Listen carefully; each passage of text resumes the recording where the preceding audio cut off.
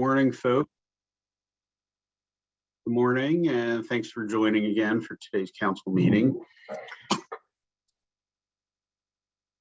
So let's get started. We've got a lot to do. Let's go through roll call first.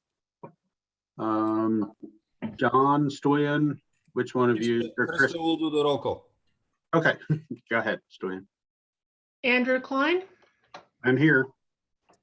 Chell Anderson, I'm here. Jay Arnold, Here. Todd Bayreuther, All right. Yep. Another page is coming, sir. So since we're gonna do the trade-in, And if you could please mute if you're not meaning to speak, that'd be helpful. Thank you.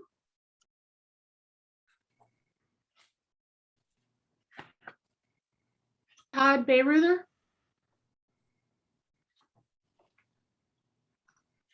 Micah Chappelle, I'm here.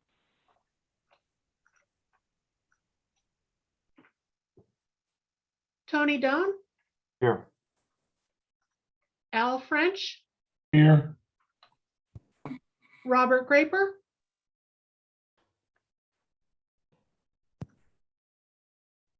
Robert Hamlin, Here.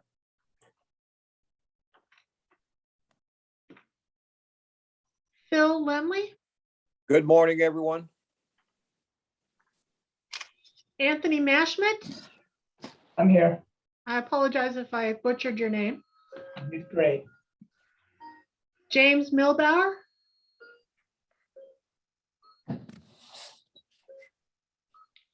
Caroline Traub, Here.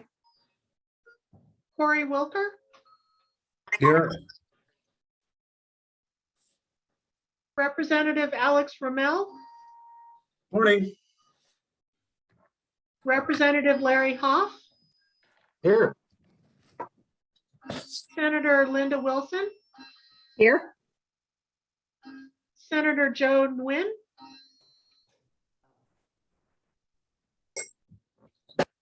Rod Much, Here, good morning.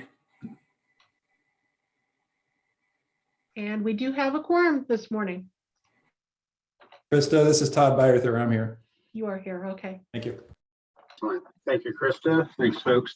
Next up is reviewing and approving the agenda. What I would like to do is move number 4 down below 9 prior to other business so that we've got time to get through everything. I know especially Dave Cocott was waiting around last meeting. We were never able to get to that.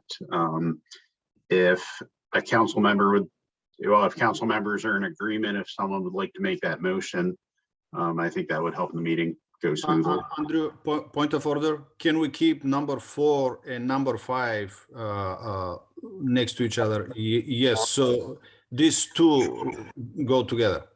Sure. Yeah. So yes, the motion would be 4 and 5 move down below 9. Thank you. Let's go ahead. Move to- Thank you. Was that Phil? Yes.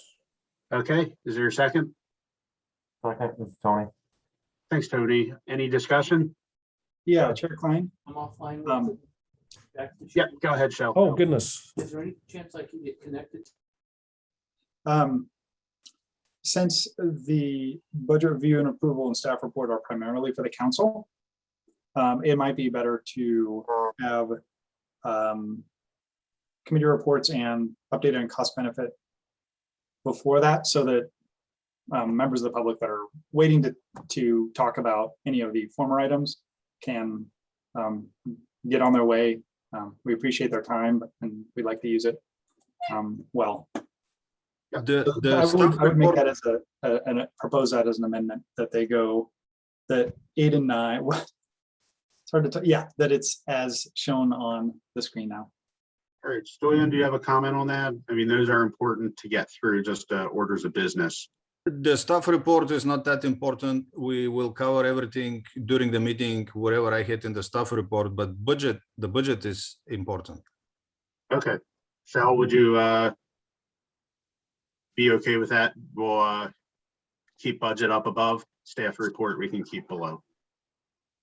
Sure, I just want to make sure that we can stay on schedule with the codes today and Yep. not have to have another meeting about that. Yep, I think everyone wants that, everyone on the call. Phil, That sounds good to me. Tony, do you accept that as a friendly amendment? Yes, Okay, any further discussion? All those in favor, please say aye. aye. Aye. Anyone opposed? And motion passes. So next up, we'll be breaking for an executive session. The council will now meet in executive session to discuss with legal counsel representing the agency litigation to which the agency is or may be a party when public knowledge regarding the discussion is likely to result in an adverse legal or financial consequence to the agency as allowed by RCW 42.30.110(1)(I). The council will be in executive session until 11 a.m.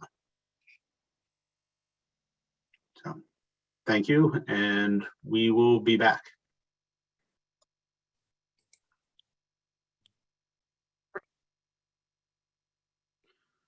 All right, thanks, folks. We appreciate your patience. We're gonna go along a little bit longer. So the council's extending the executive session for a period of 30 minutes until 11:30 a.m.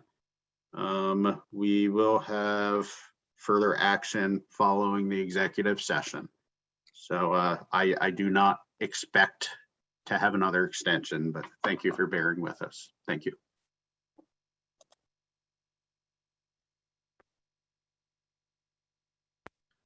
All right, thanks everyone and welcome back.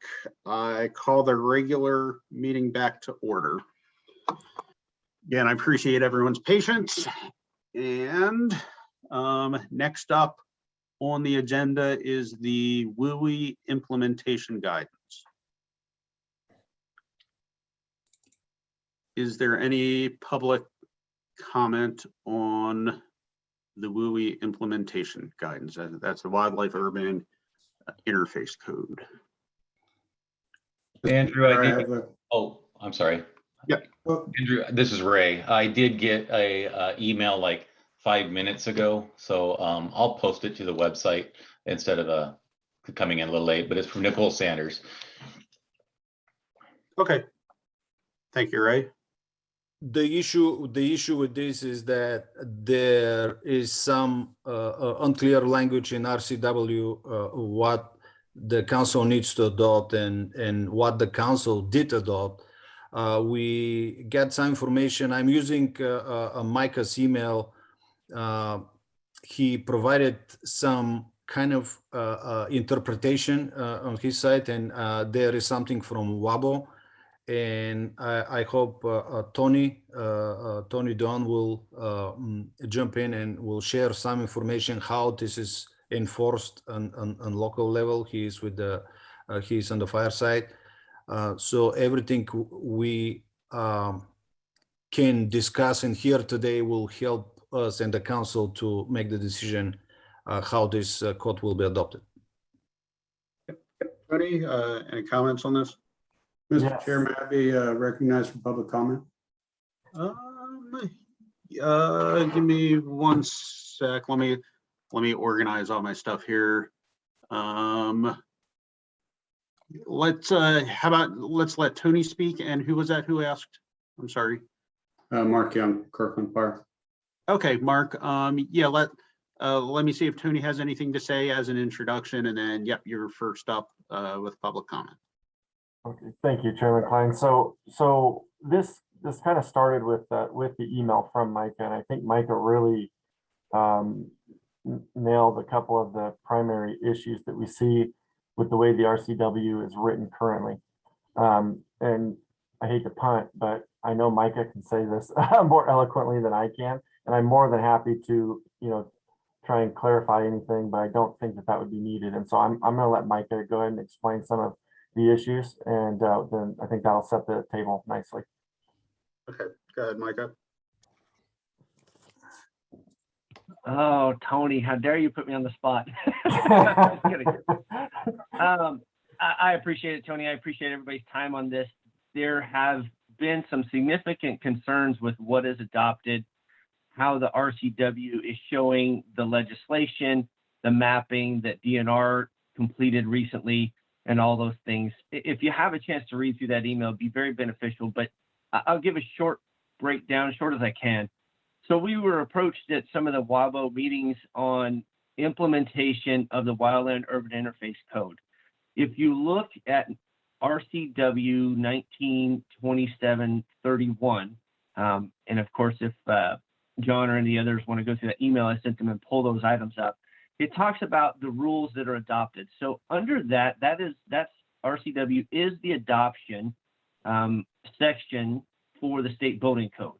And it includes item number 4, which states portions of the Wildland Urban Interface Code as set forth in RCW 1927-56. So if you go to RCW 1927-56, 560, I'm reading it wrong. There are very few portions of the Wildland Urban Interface Code that are adopted.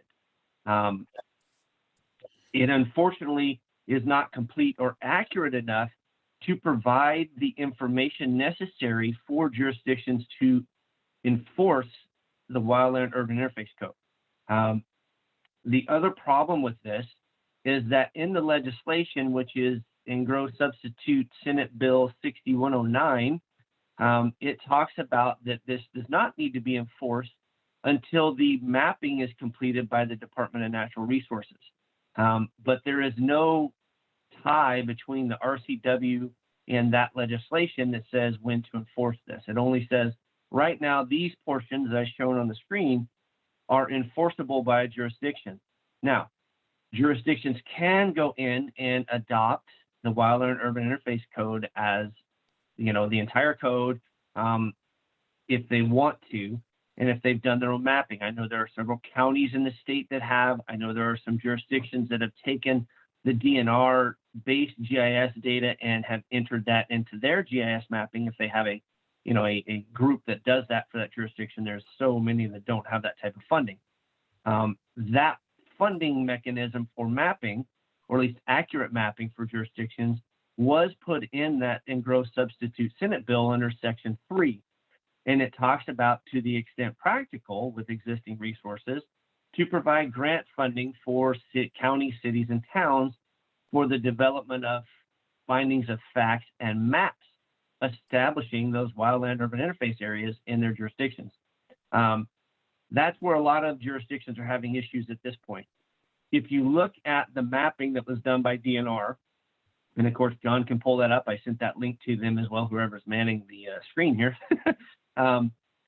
If you go to that mapping and you zoom in, that mapping is more of a macro level statewide mapping. If you zoom into the micro level, sadly, you couldn't tell what parcel goes in that wildland urban interface area. I mean, it's not accurate enough. And I'm sure that's part of why that funding mechanism, or hopeful funding mechanism, was put in the legislation. So with that, I know it's kind of long and drawn out, but I think one of the biggest things right now is the mapping is not accurate enough for many jurisdictions to utilize it to enforce the Wildland Urban Interface Code. And then when they do, the adopted portions of the Wildland Urban Interface Code are not complete enough to accurately identify your hazard. And so the Wildland Urban Interface is driven by hazard, and the requirements that you have to install are driven by that hazard classification, which technically is not adopted. Sorry, I got an echo there. So that's kind of the issue. That's, the email is a similar summation of this information. And there's a couple of discussions we would like to look at.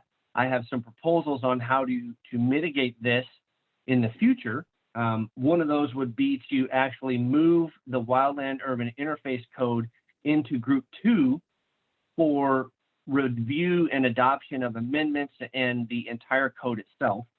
And then the second motion I would like to see possibly occur would be to almost put a hold on the required enforcement of the Wildland Urban Interface Code as currently adopted by the state until that code cycle, this code cycle we're in currently, is complete. Amendments can be addressed and the entire code in some way, shape, or form could be adopted so that jurisdictions can do this.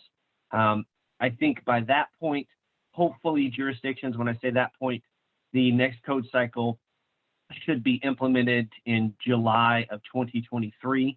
And I believe by that point that hopefully jurisdictions will have enough time to, go through that development of fact and develop their maps more accurately to the parcel level.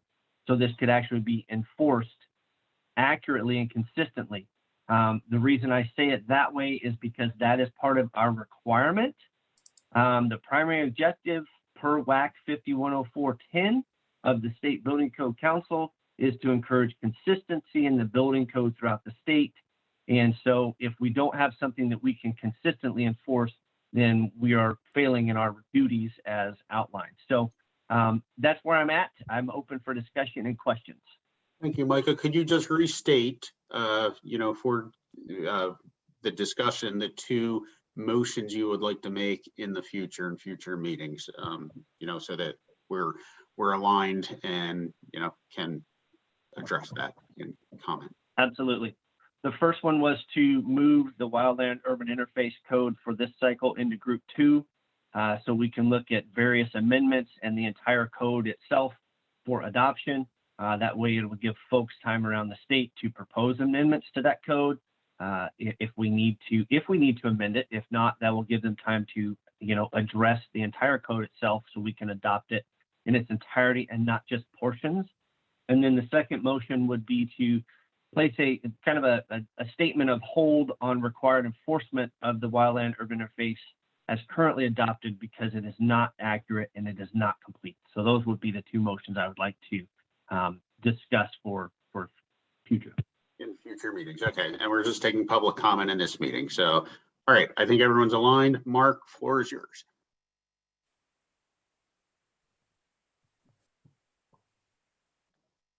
And you're on mute still, Mark. I do that too. I've been waiting 5 hours for my moment and I forgot to unmute. I apologize. Good morning, State Building Code Council members. Thank you for the opportunity to comment this morning. My name is Mark Young. I'm the fire marshal from the city of Kirkland, and I lead a committee of the King County Fire Marshals Association tasked with creating common wildland urban interface guidance for our member jurisdictions. In addition, my committee includes representatives from Snohomish County, the city of Marysville, the Washington State Association of Fire Marshals, and the Washington State Association of Building Officials. In short, our task is to make sense of RCW 19.27.560, the Wildland Urban Interface Code, and the corresponding WAC section 51-54 Alpha 8200. We're seeking clarification on three items. First, the WUI code has been an optional appendix to the Washington State Fire Code for multiple code cycles. RCW 19.27.560 moves these specific parts, or moves some specific parts of the WUI code to the building code and requires all jurisdictions to adopt without guidance on how to accomplish this. Clear guidance from the Building Code Council would be extremely helpful in creating uniform code amendments to the building, fire, and residential codes.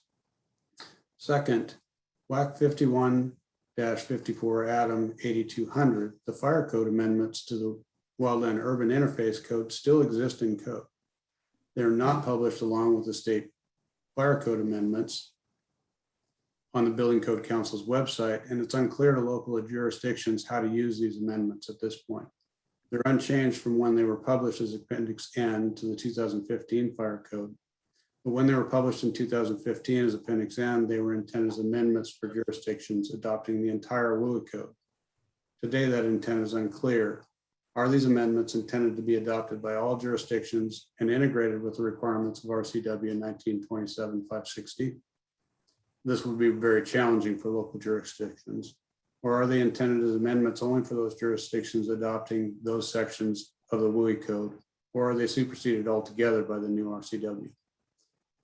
Finally, number 3, there continue to be questions about how to interpret the terminology used in the WUI map, about how to appeal apparent mapping errors in the WUI map, about how the map will be integrated over time, and how wildland urban interface boundaries on the map relate to specific construction requirements. In conclusion, there's widespread confusion and concern about how to implement this important code. I urge the council to refer this back to staff and the appropriate working committees to engage stakeholders and return with an emergency rule that incorporates the requirements of RCW 19.27560 into operational code amendments that the state building, fire, and residential codes can be successfully implemented by local jurisdictions. Thank you. Thank you, Mark. Any additional comments? Chairman Klein, this is Tony. So being that this is just public comment today, is this something we would just shoot for an agenda item on for council action at the next meeting? Yes, I think we should put it on the next meeting for an action item. Thank you. Yeah, Mark had asked for an emergency rule. I don't think Micah mentioned that. Shell, go ahead, you've got a comment. I guess following on to Tony's, are the motions that that Micah suggested valid motions? Can we move something from one group of codes to another? I don't think it will be moved. My understanding is not in either of the two groups, so it will be added. Okay, thanks. Currently, this is Ray. Currently, we've been working it under the fire code.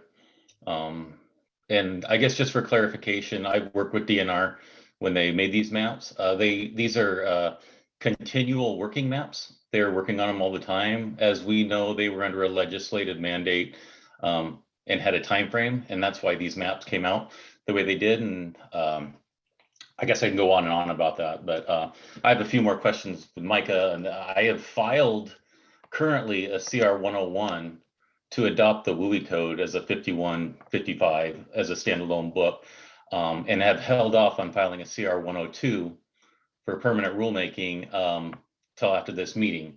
Is that something, Micah, you would recommend still holding off on, or continue with adopting it as a book? That's a good question, Ray. I think that I believe we would probably like to hold off on adopting that and get it through group 2 and implement it with the new set of codes for 2021. That way folks have time to do amendments and everything else. I think that's, again, why I didn't suggest an emergency rule to kind of approach that topic as well, just because I want to give jurisdictions and folks around the state enough time to actually, you know, spend more time in this and get some code change proposals in and go from there. I do have some other legal questions on that for Deere when time's appropriate. Okay, I kind of have the same questions. Can we make amendments to a book that we haven't adopted? And so would we want to adopt it and then make the amendments, continue with the CR? Like I said, I have a lot of questions too. It's kind of a new ground for, I think, everybody right now. Okay, so I think that the answer to whether or not we could adopt amendments to a code we haven't fully adopted would be yes, considering WAC 5154A 8200 is amendments to sections that were technically not adopted by the RCW. That's Great. my 2 cents. Thank you, Micah. all right, so it sounds like we'll get this on the agenda to be able to take an action next meeting. Mark, I don't know if you'd like to work with Shell or staff, or you can contact me if you do want it to be an emergency amendment. And then we could get that on the schedule too. Otherwise, it sounds like Micah's preference was to just get it into the next rulemaking. So, any additional comments on that item? All righty, let's move along. Can you bring the agenda back up?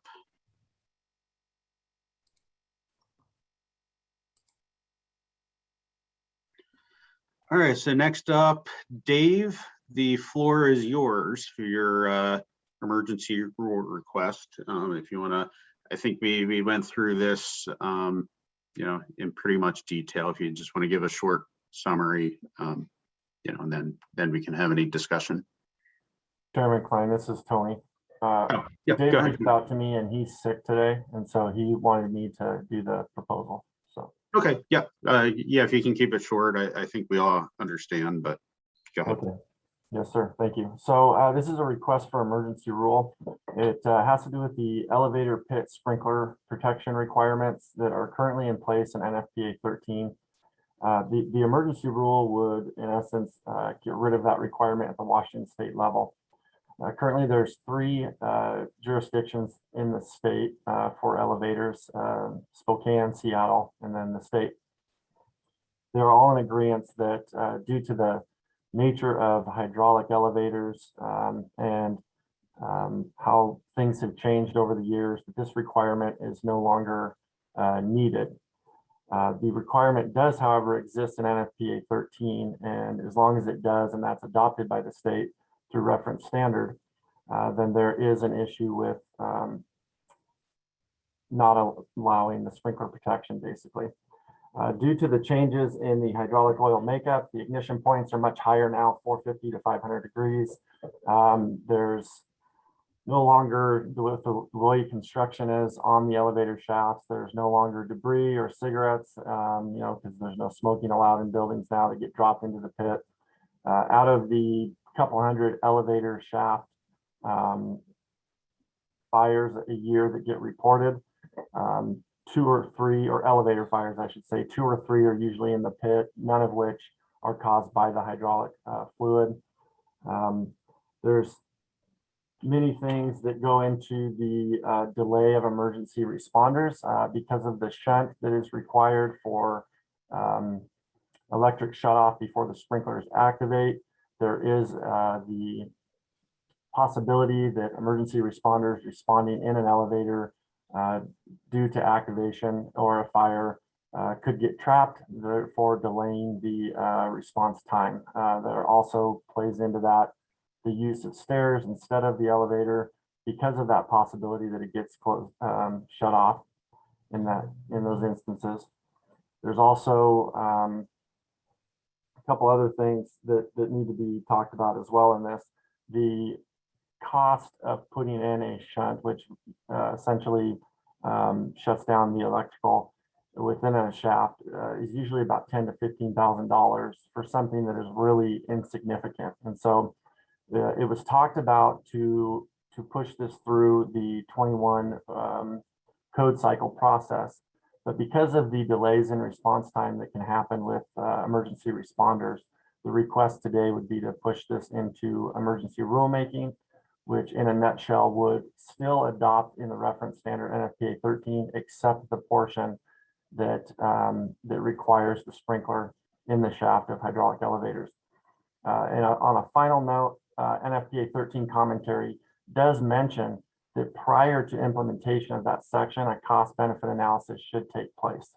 And so that's something important to note too in this, that even NFPA 13 recognizes that the juice may not be worth the squeeze. So I'll leave it at that. Thank you, Tony. Is there any public comment before you put a motion on the floor? Micah, go ahead. Thank you, Mr. Chair. I just And want feel to free to make a verify- motion too. Okay, I guess my question first would be, is there a subsequent proposal in for Group 1 for IFC for this? And we're filling the gap in the interim, Tony? Ray, is that the route we're taking on this? I believe it is. That is correct. Gabe Cocott submitted this for the 2021 code, but he asked that we try to vote it into an emergency rule in the meantime. Yes. Excellent. Thank you for that question. With that, since there was no additional public comment, I would like to make a motion to approve this. Thank you, Micah. Second motion. This is Corey, I second. Thank you, Corey. Any further discussion?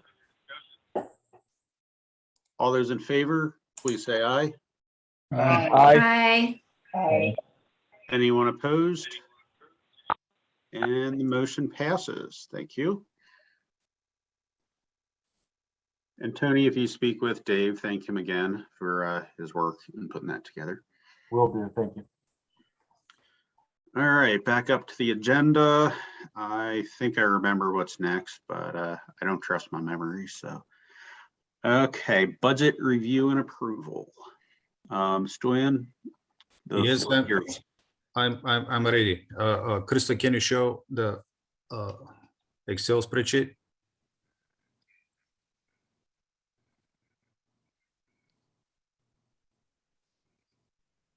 Thank you.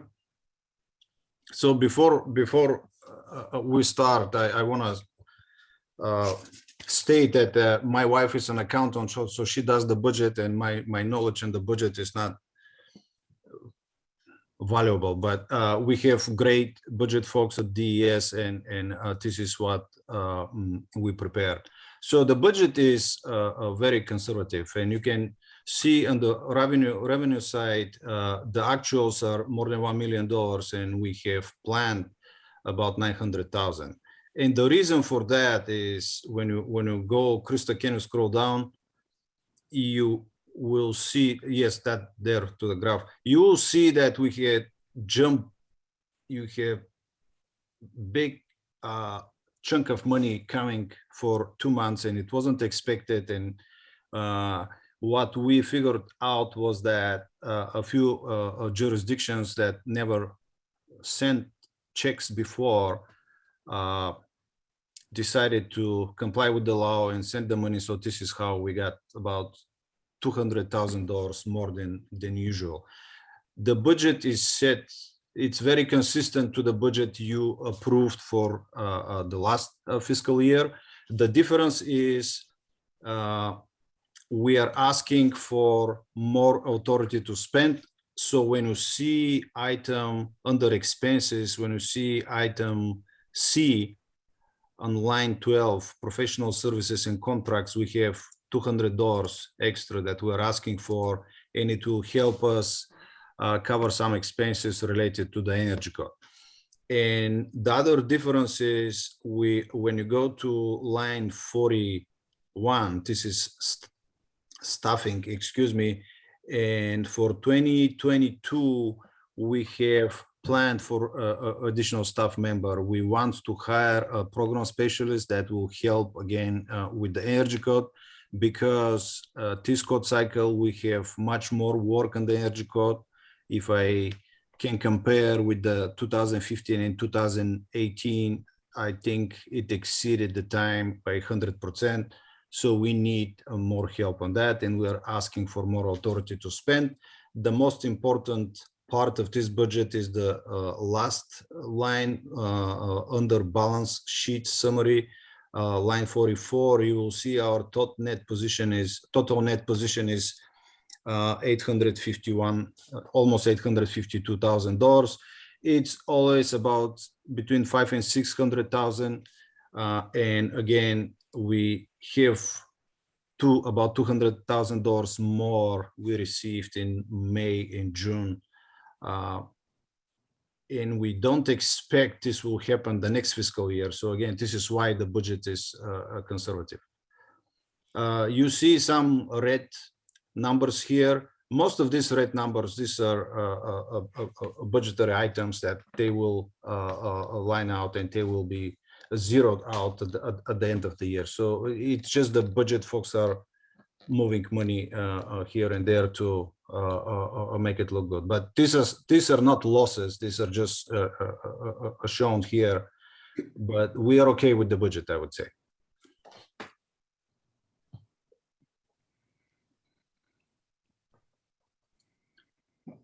So this is how I can say. Again, if you have specific questions, I will try to answer, although I'm not sure I can answer everything, but I will try. All right, thank you, Stoyan. Any questions?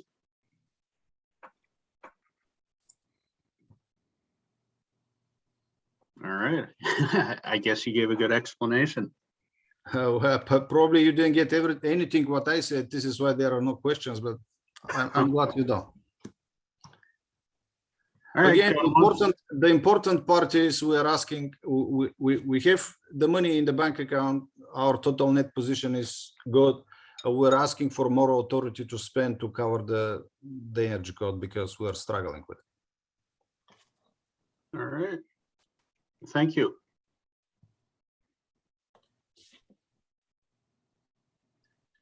All right, next item up.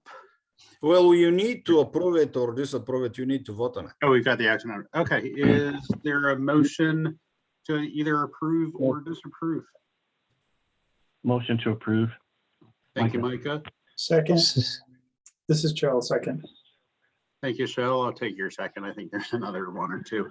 Any further discussion? All those in favor, please say aye. Aye. Aye. Anyone opposed? And motion passes. Thank you very much. Yeah, thank you. So, all right, now on to the main event.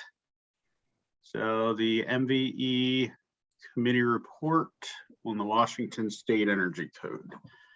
So where we left off last time, we were partway through testimony. So John, do we still have that list from last time? What I wanted to do was work through that list. And then from there, anyone new who was not on that list, we can get you signed up either through chat or you can email staff and we can get you added onto the list as well. Andrew, this is Ray. Might I suggest they just raise their hand? The chat's been turned off for, I think, public disclosure reasons. So okay. if they can raise their hand, they'll stay in line, but we'll get through the first list first, maybe. Okay, sounds good. Yes, so raise your hand and we'll get you added on if you're not in there yet. So what I'd like to do, I'm going to set a timer and we'll go through this. Let's start off at, we'll do 60 seconds. You know, try to stay within that. I may or may not cut you off depending on, you know, how things go. I'm not sure how loud I'll bark at you if you go over, but I'll set the alarm for 60 seconds and we'll go from there and we'll just go through the list just like we did last time. So let's see, first up is Jesse first up at the top of the list there, or John? Yes, Oh, Krista, okay. So that's where we left off. perfect. Jesse Gamble, are you here? No. John Lang?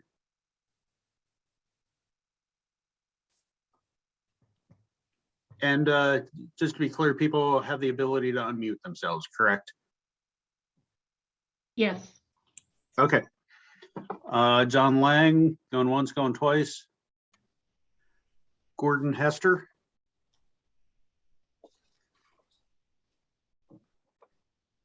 Kevin Duell?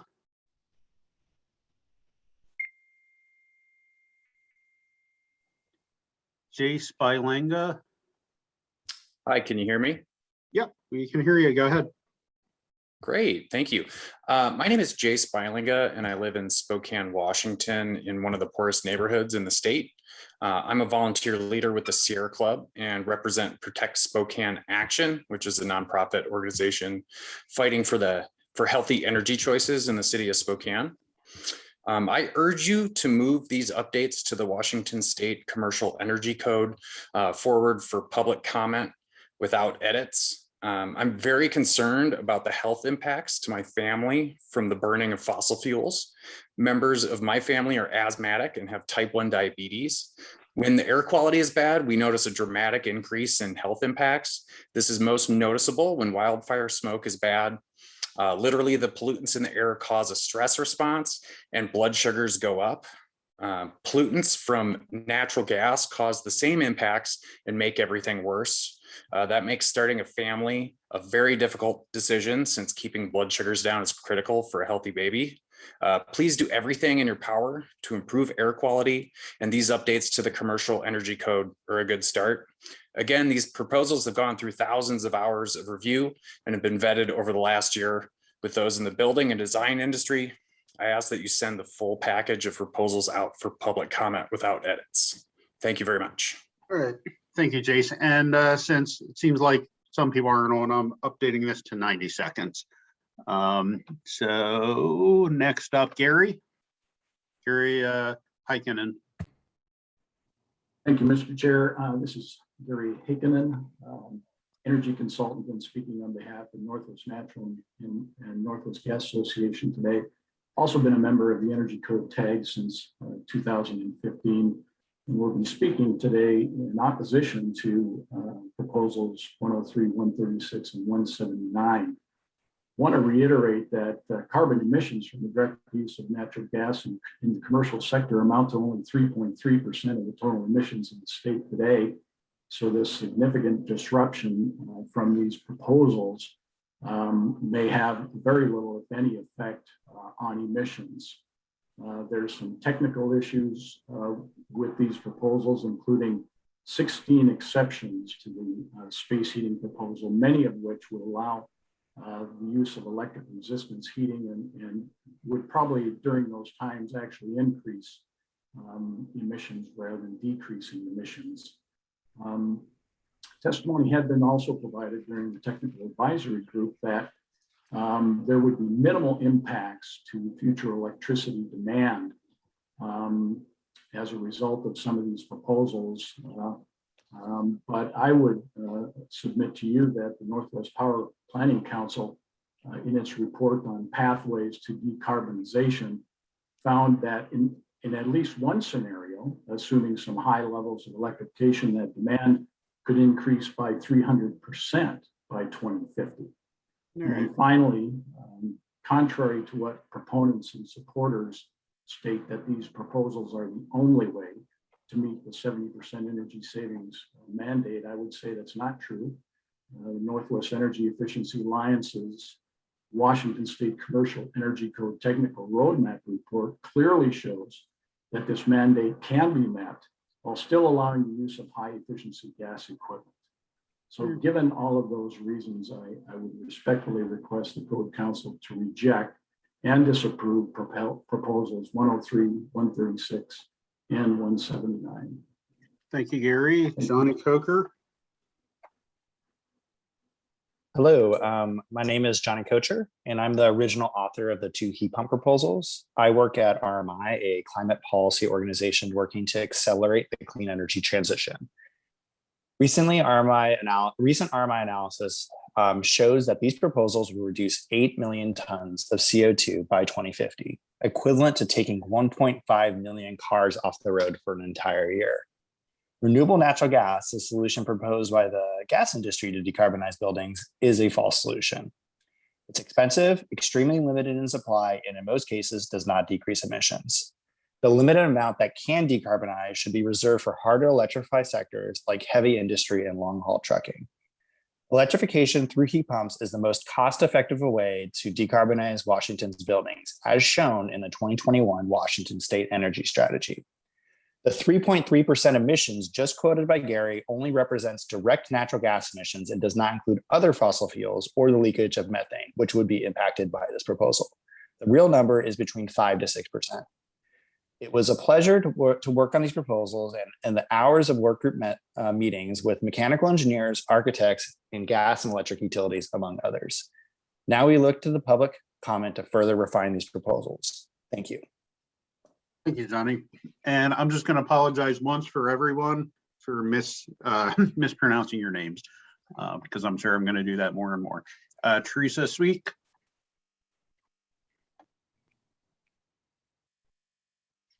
Teresa, going once, going twice. Matthew Villaz.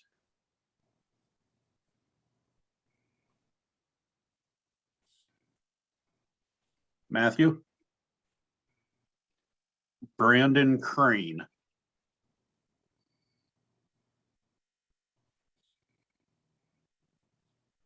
Scott Shell.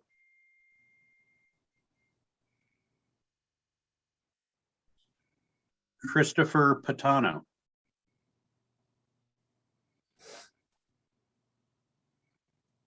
Arvia from the Sierra Club.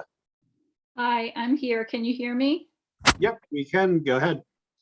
Okay. Hi, my name's Arvia Morris. I live in Seattle.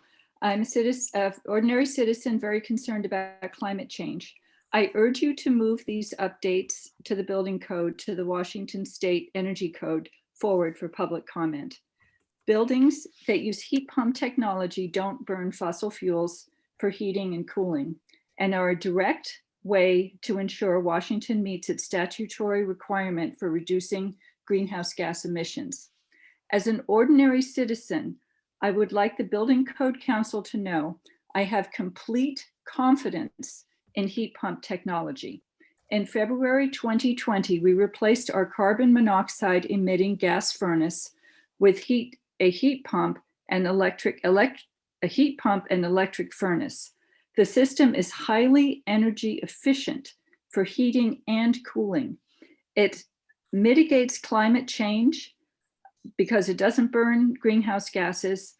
It's very energy efficient. It also helps us adapt to the impacts that we're already suffering. For instance, the 108 degrees that we had this summer. The cost of installing heat pump systems during new construction is low compared to the total cost of construction. This technology is great, has great public value. Please put all the code updates before the public for public comment. Thank you. Thank you, Arvia. David from the Sierra Club.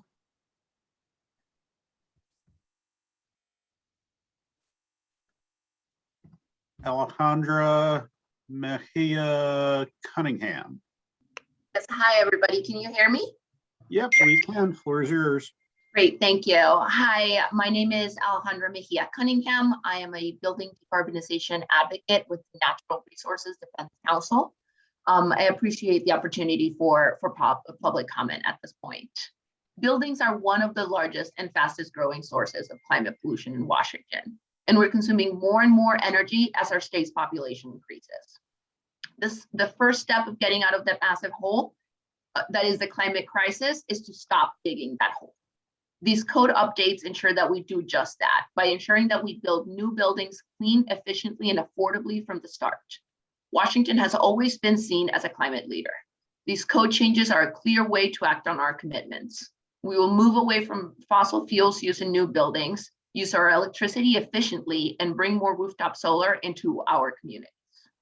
Today's request is not to adopt the proposals. It is merely to send the proposals out for public comment, to shed further sunlight on these policies by allowing stakeholders and further experts to provide valuable input and feedback.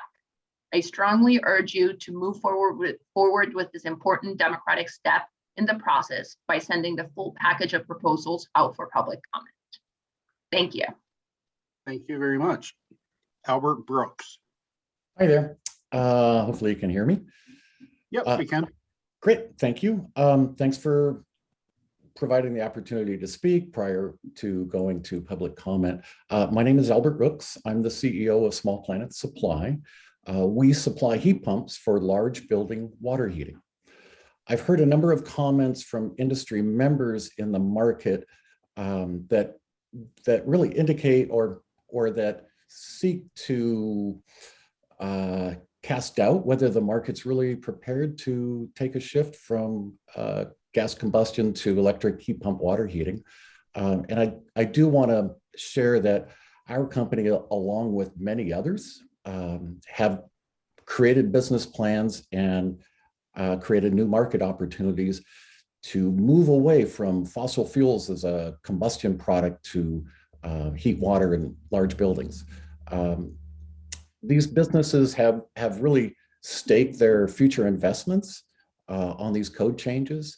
And I think it should be really clear that there's a shift in industry to prepare for the change in fuel type to heat water in large buildings. Thank you very much. Thank you. Holly Towns.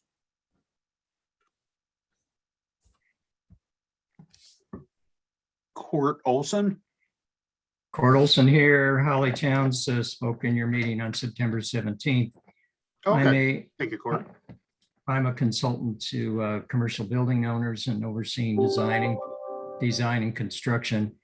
And I had a hand in getting the legislation passed back in 2007 that requires the update of the code every 3 years. In fact, I got together a group of professionals that made that happen.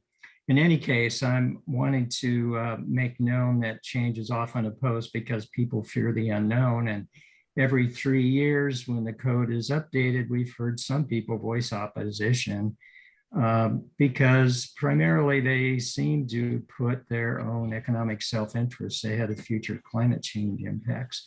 They repeatedly cast false doubts on our ability to build energy efficient buildings. For example, in prior testimony on the 17th, I heard someone claim that electric heat pump installation for space heating a home would add an additional $8,000 extra cost over a conventional gas furnace.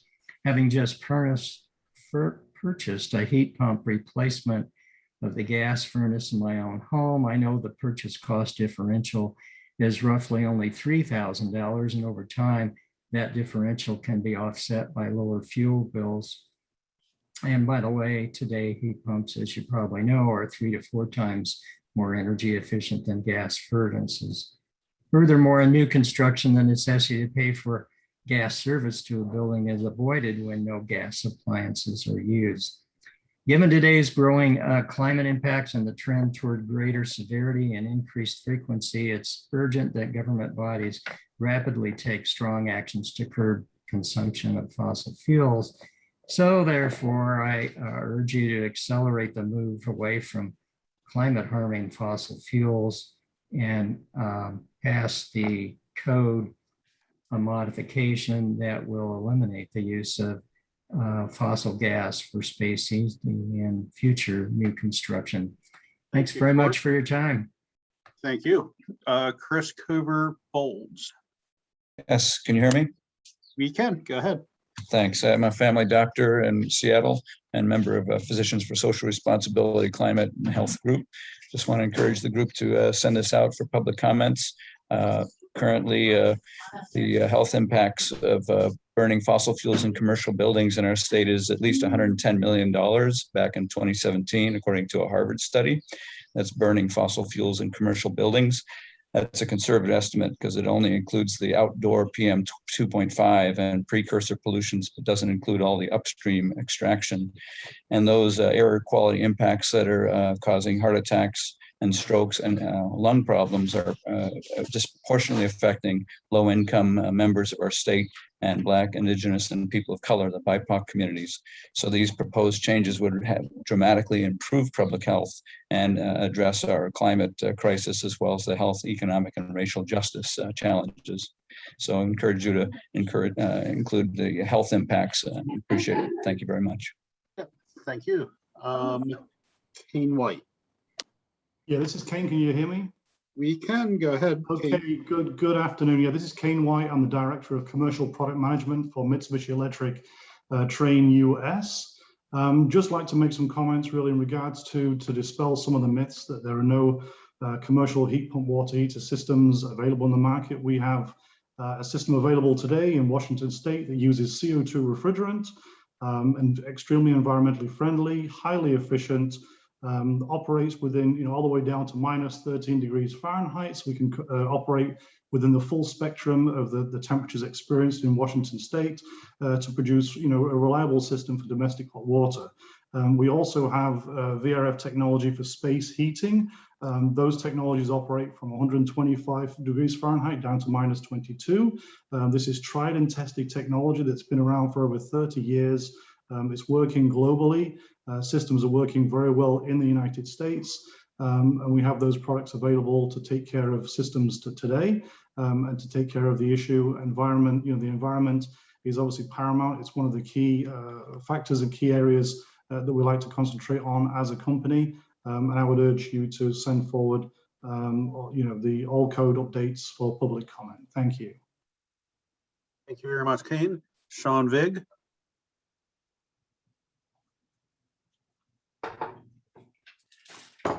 Ryan Hamilton. Bart Comack. Hi, this is Mike Harper filling in for Bart Ransom at Colmac. Sure, go ahead. Hey, so my name is Mike Harper. I'm the Vice President of Engineering here at Colmac Industries in Colville, Washington. As a manufacturer of existing heat pump water heating technology, I have similar comments to Mr. Brooks and Mr. White.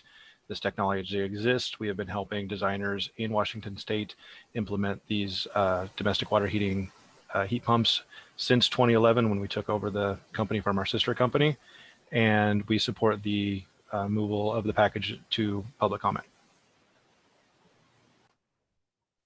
Thank you very much, Mike. Steve Abercrombie.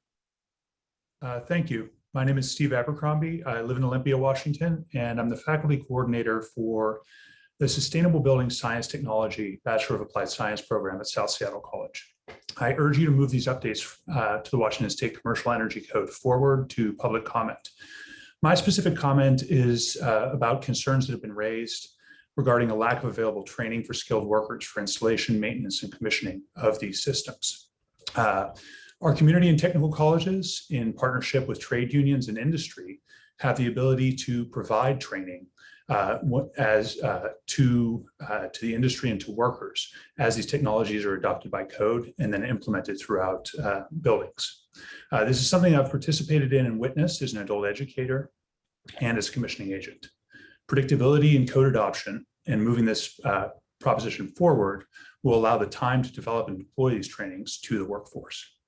These proposals have gone through significant review and have been vetted over the last year with those in the building and design industry. I ask you to send the full package of proposals forward for public comment. Thank you. Thank you, Steve. Sean Denniston. Hi, my name is Sean Denniston from New Buildings Institute and also a resident of Washington State. I just want to make a couple of comments. One is that these specific requirements for electrification were discussed before the tag for multiple days, multiple hours, and we've heard that the objections were ignored, but there's a difference between objections being and testimony being ignored and being refuted. I want to really encourage you to put these proposals through. The discussion that we're having here is quite a bit more limited than what happened at the tag. We've also heard that it would be possible to meet the state goals without moving to heat pump technologies, but the reality is that those proposals aren't part of the consideration. They weren't submitted, and so we don't have such proposals to meet Washington goals without heat pumps if there is a path forward. I also want to remind you that these requirements only apply to new commercial buildings, so many of the concerns raised about grid capacity and peak are really not so relevant because it's only a small portion of buildings. We're not talking about electrifying the entire building stock all at once where we would need to worry about those things. Most of the testimony that we heard about cost at the last meeting was relevant to single family homes. Again, we're talking about commercial buildings. And in conclusion, I just want to say is that as a resident of Washington, many local jurisdictions like my own home of Vancouver are depending on the state code to help them achieve their own climate goals. If you fail in your mandate to bring forward solutions, then you will also be making it more difficult for local communities to meet their climate goals. Thank you. Thank you, Sean. Brian Burrow. Hey, Brian Burrow from Really Clean Energy here. We specialize in net zero emissions planning and renewable energy plant design. And let me start out by saying I'm 100% in support of increased efficiencies and greenhouse gas reductions. And I won't downplay the effectiveness of heat pumps at all. And this is what we do. But I also live here in Spokane, and we have an average of 128 days each year below freezing temperatures. And if there's one thing we can rely on in Spokane is that at some point around January is that we will lose power for a large portion of our grid at some point due to winter storms and falling tree branches. And this affects Spokane residents up to a week or two at a time. In comparison, Seattle has around 30 days or less of freezing temperatures. And that's a 300% difference from one side of the state to the other. So banning natural gas without the proper infrastructure in place to give us a resilient grid really is an example of putting the cart before the horse. And it's going to be felt most by our most vulnerable residents, children, elderly, and low-income households, such as those in the 99201 zip code. That's where I grew up, and that's where I live today. We have the highest concentration of homes that are 100 years old, and that come with poor insulation and a high concentration of these old growth trees that constantly knock out the power lines. And it is also, it's traditionally been the poorest zip code in the state. Couple that with these freezing temperatures, and we really are putting people in harm's way and causing a lot of property damage without having that resilient grid in place before making large changes like this future ban of natural gas. And I know these measures today are just the initial steps towards that direction, but I want to point out some of these unintended consequences. Furthermore, my company just recently completed a study that touches on this topic. And until we address the issue with our electricity source being produced by fossil fuels, we really aren't doing anything in the race to reduce fossil fuels, as that energy providing heat to the home comes through as dirty electricity. As we move natural gas from that home out to those power plants, we really aren't accomplishing anything other than transferring the carbon emissions from a home to more carbon emissions out in the countryside somewhere. Thank you, Brian. Could you wrap up, please? Yes. I would recommend that the state look at other options, such as aggressive reductions over bans, substituting natural gas with renewable natural gas or cleaner burning gases rather than ban them entirely, and also allowing exemptions for communities that suffer from long periods of unforgiving cold weather like Eastern Washington. Thanks. Yep, thank you very much. Gilbert Archuleta. Afternoon. My name is Gilbert Archuleta, and I am here on behalf of Washington State Energy customers. I am currently the director of Puget Sound Energy's Energy Efficiency Organization. Before this role, I was a frontline manager in our customer service department, as well as a frontline manager at our customer service and emergency call centers. These roles have provided me the opportunity to become very familiar with the customer needs, including reducing their energy cost, ensuring reliability, and promoting safety. That is why I'm here today to speak on behalf of our customers. PSE leads both locally and nationally in energy efficiency and carbon reduction programs. Some examples of this leadership are evidenced in our aspirational goal to achieve net zero carbon emissions from operations by 2030 and net zero carbon emissions, including natural gas sold to customers, by 2045. We have decades of experience working with our customers to help them save energy and help the environment. Through this work, we have a broad understanding of what it takes to help our customers make the right energy choices for them. One constant of this work is the need for our energy efficiency programs to always deliver measurable benefits and pass a cost effectiveness test. These tests are very detailed and can take years to gather the information in order to perform them. In our view, this process would benefit from a more robust technical review with better cost benefit analysis and an openness to alternative proposals that will also achieve the goals set forth in the Washington State Energy Strategy. The proposed changes before you today will likely create significant burden and cost, especially to some of the most vulnerable, while not delivering the intended benefits. Over decades, Washington residents have invested in an expansive pipeline and infrastructure system, which communities rely on daily for their energy needs. This system currently carries greater amounts of energy than the electric system. Given the opportunity, the energy that flows through the system can be decarbonized. It is irresponsible to focus solely on removing resource diversity from the state energy portfolio, wasting the customer's investment at a time of increasing population growth and consumption. Unfortunately, the proposed suite of changes to the current commercial codes do just that. A regional plan and economic study is needed so that the revisions to codes intentionally deliver a cleaner future with all customer and community needs and values in mind. This is especially true when it comes to cost and equity. Yep, I'm almost done. PSE urges the council to remove proposals 103, 136, and 179 from the code update package before it is approved and sent for public comment. This will provide time to study, plan, and mature the solutions that achieve the goal we are all driving towards. Thank you very much.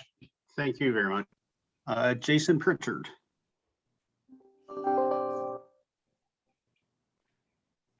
Jason? Jerry White. Hello there, my name is Jerry White, and just a piece of housekeeping. I'm the Spokane River Keeper, so I am on here twice. So after me, it'll be David Moore. Jerry White, Jr., Spokane River Keeper here in Spokane, Washington. I'm a community steward and an advocate for the Spokane River and the community uses of the river. And I'd just like to bring that river into this discussion here today. Climate impacts on the river have been devastating this year. You know, we saw river flows that were record low. Our river did not make its state mandated in-stream flow this year because of a extremely hot summer, second only to 1924. And this is a major concern to us.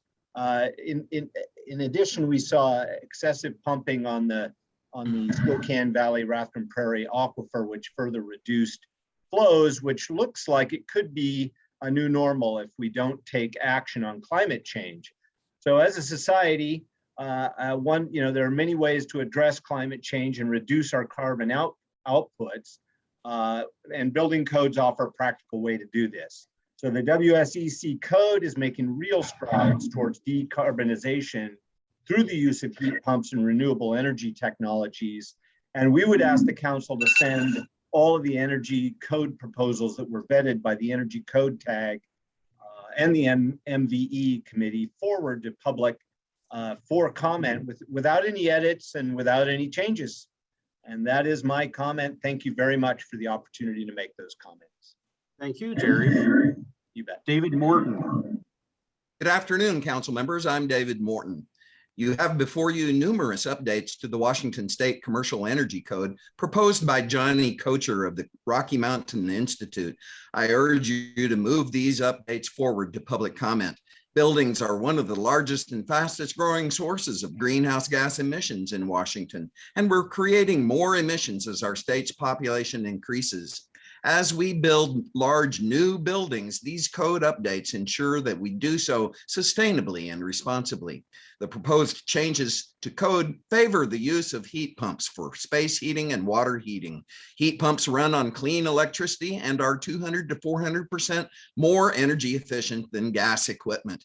As the climate crisis worsens, phasing out fossil fuels is critical. Making these updates now will prevent costly renovations down the road. With Washington State on a pathway to 100% carbon neutral electricity, there is a compelling need to move towards using primarily electricity in our buildings and to eliminate fossil fuel use wherever possible. I support Johnny Kocher's energy code proposals for the WSEC, and I ask that you send the full package of proposals out to public comment. Thank you. Thank you, David. Charles Brown.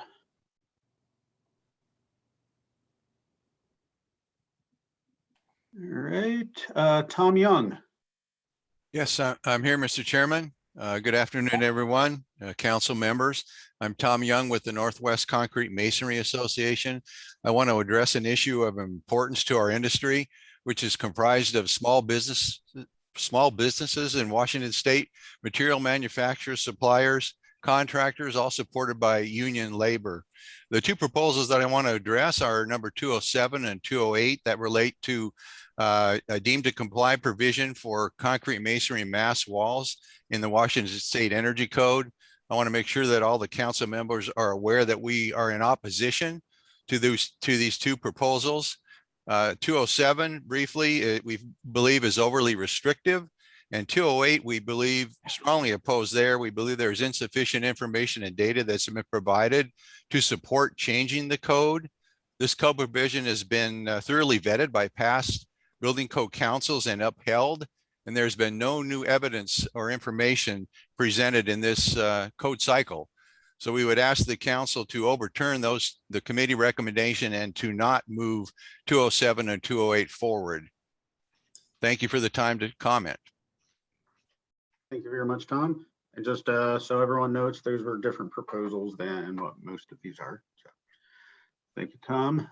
Kylie Armitage, or Kyle Armitage, I'm sorry. Helen Walter Ternoni. Good afternoon, and I'd like to thank firstly Chairman Klein as well as Chair Anderson of the TAG for all the hard work around the space. We worked very closely with the TAG on a number of issues, even though we were very late to the party at the Air Conditioning, Heating, and Refrigeration Institute. And we, but as we entered the process very late, we're unable to influence a couple of these proposals, specifically 103 and 136.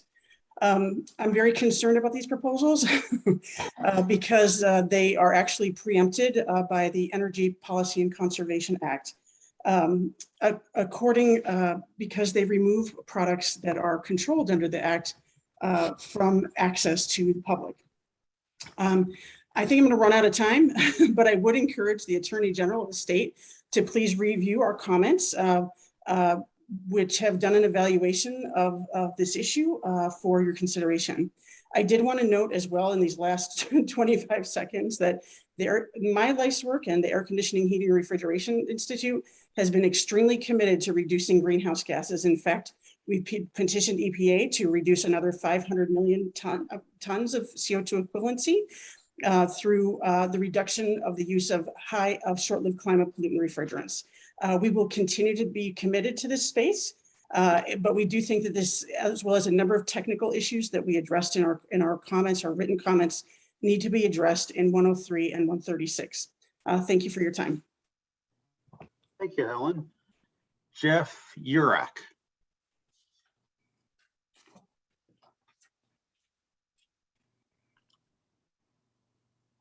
Brad Lidge, you're going to have to help me with that. Liliaquist. Liliaquist. Thank you. No worries. And I know Jeff, actually, here's Jeff. Maybe I should let Jeff speak.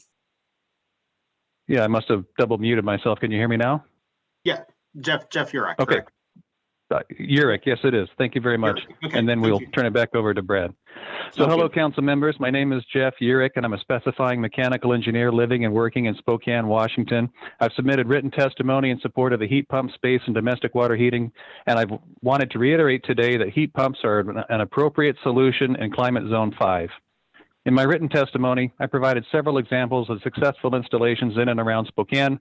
These examples highlight the application of both packaged units using electric auxiliary heat, as well as cassette-style ducted VRF systems. These are great for both new high-efficiency construction, as well as retrofits to add cooling or get a customer off a fuel oil boiler, which happens a lot around here. They also work great in centralized system applications where an air-to-water heat pump can produce heating and chilled water, which requires hydronic piping, showing you don't lose pipe fitter jobs with the heat pump. This is a technology that works, and I urge the council to move the proposed amendments forward for public comment. Thank you for the opportunity to speak. Thank you, Jeff. Brad, floor is yours. Yeah, thank you. Can you hear me okay? Yep, we can hear you well. My name is Brad Liliaquist, and I am the Senior Program Manager for Zero Energy and Zero Carbon Buildings for McKinstry.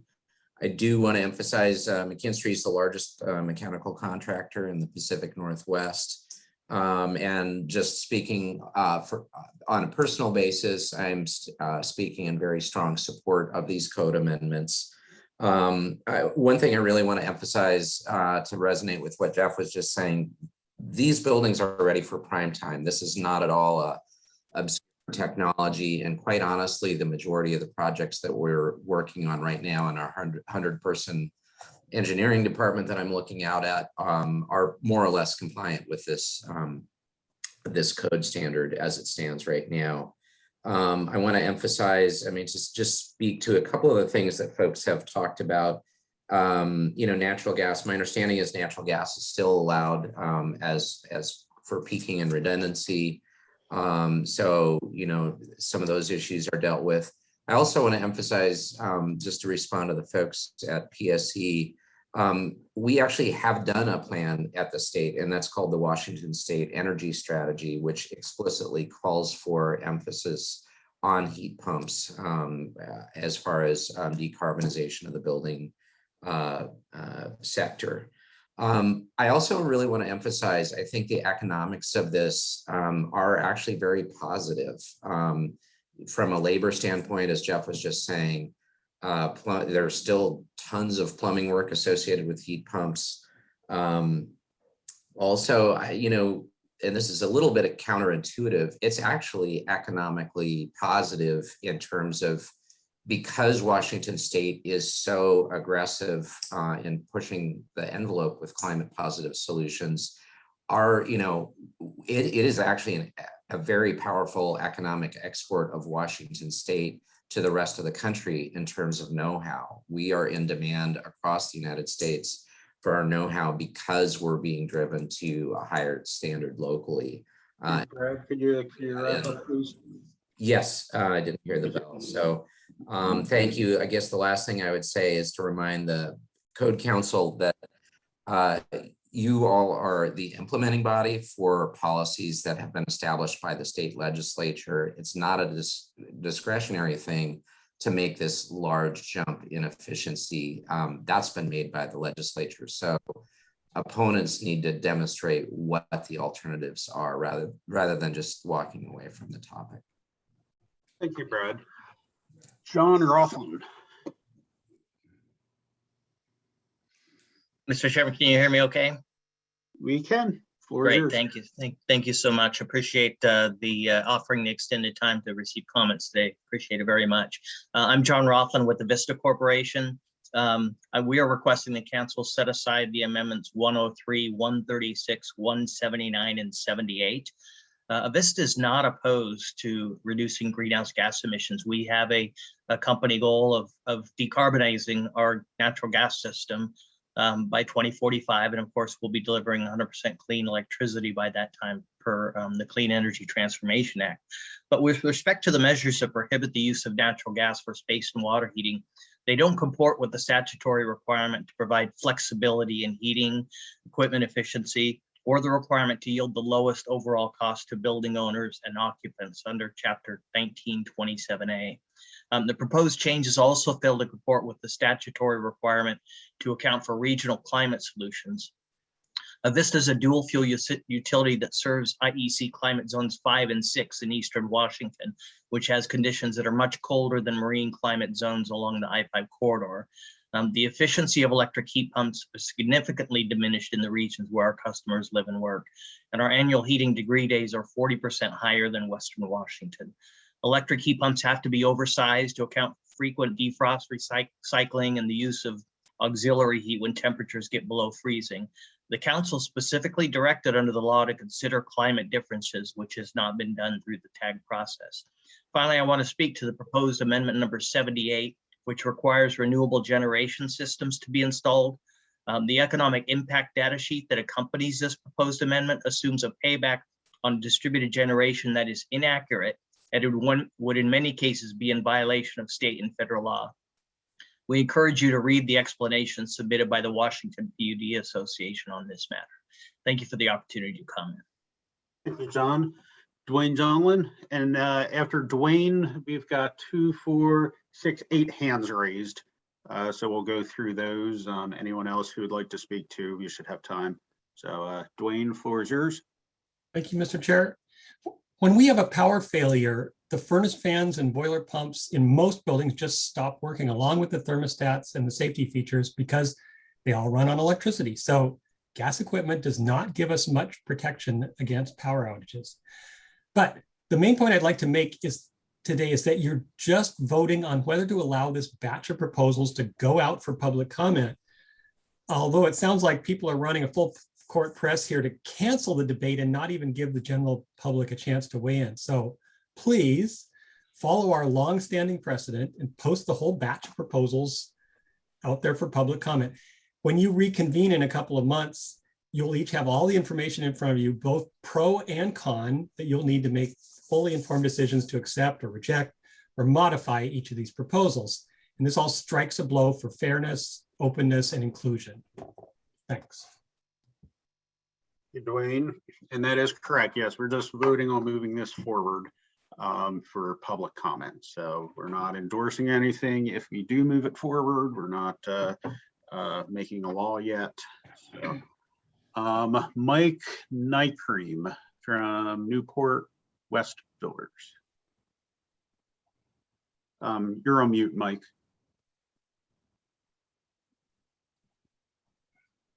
Mike, still on mute. Can you hear me now? Yeah, you're supposed to be able to hit the space Yep, bar. you're good now.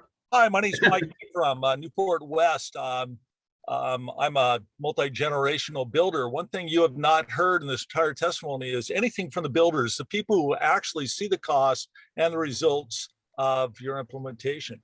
I sit on the National Association of Home Builders Single Family Committee. I'm also a charter member of the Build Green program as set up for the Builders Association. So don't get us wrong. We're not against reducing carbon. Let's do it smart. Right now, the last 5 homes I built to get to close to a full electric system have required extraordinary costs. We have put out costs that you may affect as much as $80,000 as we electrify an entire house. You have not addressed that. You've not allowed enough commentary from the build industry, those of us who actually see that's a wallet, that actually pay the bills to implement this. Not only the heat pumps, I'm telling you right now, I'm putting heat pumps in our houses versus a regular gas furnace. It's 3 times more expensive. The hot water systems are $4,000 as opposed to $500, okay? If I add an electrical vehicle charging station and I take my gas stove and go to electric, now you pump my panels up to 320 amps instead of 200. What does that do? I need a larger service going to the street. What does that do? I'm going to need a larger transformer to the street. Now, I sat on the City of Kirkland's Growth Management Commission. I co-authored the City of Kirkland's comp plan and resulted GMA. PSC came in our meetings 26 years ago and told us they could not supply the power for our growth without natural gas. That has never changed. That has not changed. And I don't even need to get into how many energy outages we have, where when I have natural gas as a standby or primary use in a house, it's easy to have a natural gas generator, which I have installed. Now, don't get me wrong. I sit in a vehicle that has saved 100,000 pounds of CO2 because I converted my full-size pickup truck to run on natural gas. That is a system that was codified in RCWs in 2014, and we have an alternate. The state has never converted its fleet. With that conversion, I paid for the conversion in under 6 years.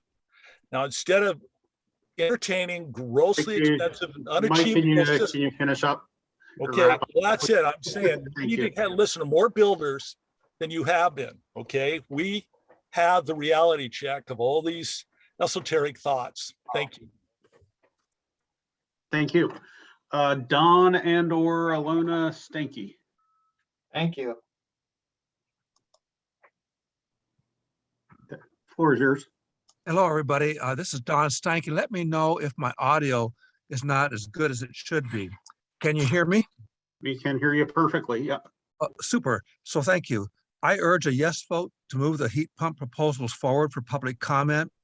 I represent Climate Action of Vancouver, the Alliance for Community Engagement, and the local Sierra Club's Beyond Fossil Fuels Task Force. Because of our advocacy, the Vancouver City Council is developing a plan to reduce greenhouse gas emissions 50% by 2030 or sooner. You will make it harder if we continue to allow emissions to increase. You can make it easier for all of us to reach our emissions reduction goal by voting to allow the heat pump proposals to move forward for public comment. New fossil fuel gas equipment will become costly stranded assets due to the Climate Commitment Act, which passed this year. You will be doing property owners and tenants a favor by steering them away from equipment that will be obsolete before it is paid for. I was in the middle of drafting the blueprints for our new house when we experienced the energy crisis in 1973. County staff advised me to exceed the codes, install a heat pump, install double pane windows and make them smaller. That was great advice. Unfortunately, they didn't tell us about using wood frames instead of aluminum. At this point, it may never be cost effective to replace them. We're stuck because of inadequate building codes in the past. Natural gas pipes are not the only solution when the grid is down. We will soon be able to use our EV battery to run our heating system. Thank you very much. Thank you. Perfect timing too, Don. Christine Reed. Thank you, Mr. Chairman, members, and staff. My name is Christine Reed. I'm the Political Director for IBEW 77, the International Brotherhood of Electrical Workers. representing over 8,300 members who build, maintain, and restore our infrastructure from power generation to delivery. We are the very people who bring the power to the people. I'm here today with concerns for the policy proposals brought forth in 103 and 136, potentially compromising our electric grid and our workers. As a voice for those who build and support the very transmission lines needed to accomplish these goals, the stress that would be placed on the grid is largely impossible. There's much talk about electrification. I'm unsure that there has been equal conversation around workforce supply. Journeyman linemen are increasingly in short supply, one of the top 10 most dangerous professions, requiring 10,000 hours and 4 to 5 years to reach a level where they can complete the work without risking injury to themselves or others. When making decisions about the future of energy, it is critical to evaluate all options. It is irresponsible to continue down a path without considering workforce supply in the equation. Our concern is the safety of our workers. Without safety to meet these goals, people will die. Thank you for the opportunity to comment. Thank you very much, Christine. A. Wright. Thank you, Chairman, and thank you, Council. Anthony Wright, Enum Plaza City Council, background in energy management and transmission systems technology, also a former Navy nuke mechanic, operating a reactor on a submarine for 6.5 of my 12 years in service. So I just wanted to talk to you today. I've heard a lot of comments from very smart people, so I'm not here to talk about anything specifically related to residential. My fear from the commercial portions of this these energy code recommendations is 1, hospitals, 2, institutions, educational, who have either large facility plants or have basically systems that are so large that in order to do an overhaul, I cannot fathom the cost, especially with the price that COVID and the pandemic has done to not only our community, but others. Lastly, also, I worry about this transitioning over into other buildings, medical facilities, other types of institutions, to where these new systems would cause a barrier price of entry. I understand that there probably is some energy tax credits or some ways to fund these new changes and technology, and that's the way of the world to move forward. But I do worry that the price point will be too high. We asked our school system, what would it cost to retrofit your systems with these new heat pumps? And the early assessment was over $1 million. A lot of capital projects and school systems rely on basically levies passed by the voter. Hospital systems have been affected by COVID due to lack of being able to have elective surgery, so they have lost revenue.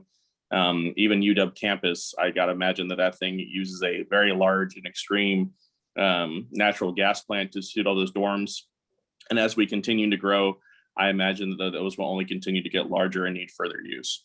So those are my worries and concerns. I don't think there should be limitations on capacity or on energy efficiency when it comes to the 10% recommended in the table.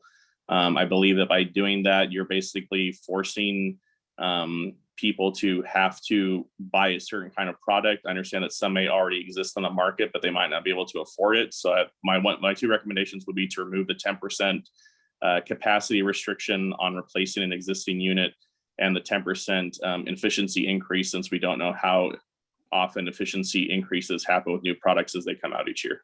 Thank you. Thank you, Anthony. Anne-Marie Dooley. Hello, my name's Anne-Marie Dooley. I'm a doctor and a member of Washington Physicians for Social Responsibility. Apologies for the mask, I'm between patients. Since I last testified 2 weeks ago how building codes affect public health, the Washington State Medical Association called for gas to be removed from buildings. Last Sunday, its members called the use of indoor gas a health hazard and asked for policies and codes to ensure the transition to all electric space and water heating in buildings. Look, we know that fossil gas in homes increases asthma rates in children by over 40%. There's nothing esoteric about that. And we know fossil fuels contributed to the deaths of over 400 people in a heat dome earlier in the summer. And we must surely know that fossil fuels are a luxury we really can't afford. Just as 60 years ago, when medical professionals called tobacco a health hazard, we are now calling indoor gas a health hazard. And just like the tobacco industry, we can expect the gas industry will seek to sow delay and doubt, and we must not delay. So I'm please asking you to move these proposals forward to public comment. Thank you very much. Thank you, Anne-Marie. Dylan Plummer from Sierra Club. Hello, can you hear me? Yep, we can. Excellent. Members of the State Building Codes Council, my name is Dylan Plummer, and I'm the Senior Campaign Representative for the Sierra Club, working on building electrification in Oregon and Washington. The Sierra Club is a national environmental nonprofit. In Washington State alone, we have 32,000 members and well over 100,000 supporters working for environmental and climate justice. On behalf of this membership across the state and the over 50 organizations ranging from engineering and architecture firms to grassroots environmental justice advocates that signed onto the public letter that we submitted to the SBCC yesterday, I urge you to move the proposed updates to the Washington State Commercial Energy Code forward for public comment. Buildings are one of the largest and fastest growing sources of climate pollution in Washington, even as the state's electric grid becomes increasingly made up of renewable energy sources. Buildings are also a massive source of outdoor air pollution. A recent Harvard study showed that in Washington, burning fossil fuels in buildings was responsible for 52 premature deaths and over $577 million in health impacts from outdoor air pollution in 2017 alone. 94% of those impacts were from burning gas in buildings. This is a conservative estimate because it only includes health impacts from outdoor particulate matter 2.5 and precursor pollution. It also does not include pollution from upstream extraction, nor does it include indoor air pollution. In light of the many studies that have shown that BIPOC and low-income communities are disproportionately impacted by air pollution and the resulting health effects, continuing to allow buildings to burn fossil fuels is not only a climate justice issue, but one of racial and economic justice as well. The proposed code updates ensure that as we continue to construct large new buildings, we are doing so in a manner that is equitable and sustainable and in line with the climate commitments made by the government and our governor and our legislature. Washington has always been seen as a climate leader. These code changes are a clear way to act on our commitments and transition away from fossil fuel use in new buildings, increase energy efficiency, and bring more rooftop solar online. After years of back-to-back climate chaos in Washington State, from historic wildfires to unprecedented heat waves, it is clear that it is time for decision makers at all levels of government to act to reduce emissions and create a just transition off of fossil fuels. These proposals have gone through thousands of hours of review and have been vetted over the last year with those in the building and design industry. I ask that you send the full package of proposals out to public comment. Thank you for your consideration and for your work on behalf of the state. Thank you, Dylan. Chris Patano. Thank you. My name is Chris Patano. I'm an architect and partner at EHDD Architecture. We are an 80-person firm with offices in Seattle and San Francisco. And right now our partnership group is sitting along the shores of Lake Quinault out on the Olympic Peninsula. We have been designing a wide range of buildings for public and private clients to be all electric for over 20 years, including recently opened Goldendale Observatory State Park in Goldendale, Washington. And we have found them to be cost-effective, robust solutions for our clients. We are trying to design all of our new projects as electric only. While new construction is easy to make all electric, retrofitting existing buildings can be more difficult. Buildings have a long lifespan and a big investment from our clients. We think that it is critical to go ahead and build them right from the start rather than have to convert them from gas to electric in the future. Once they are occupied, it is much more disruptive and expensive to go back and change out the systems. There's also been very strong evidence emerging in the last few years about the very real health impacts of combustion in our buildings.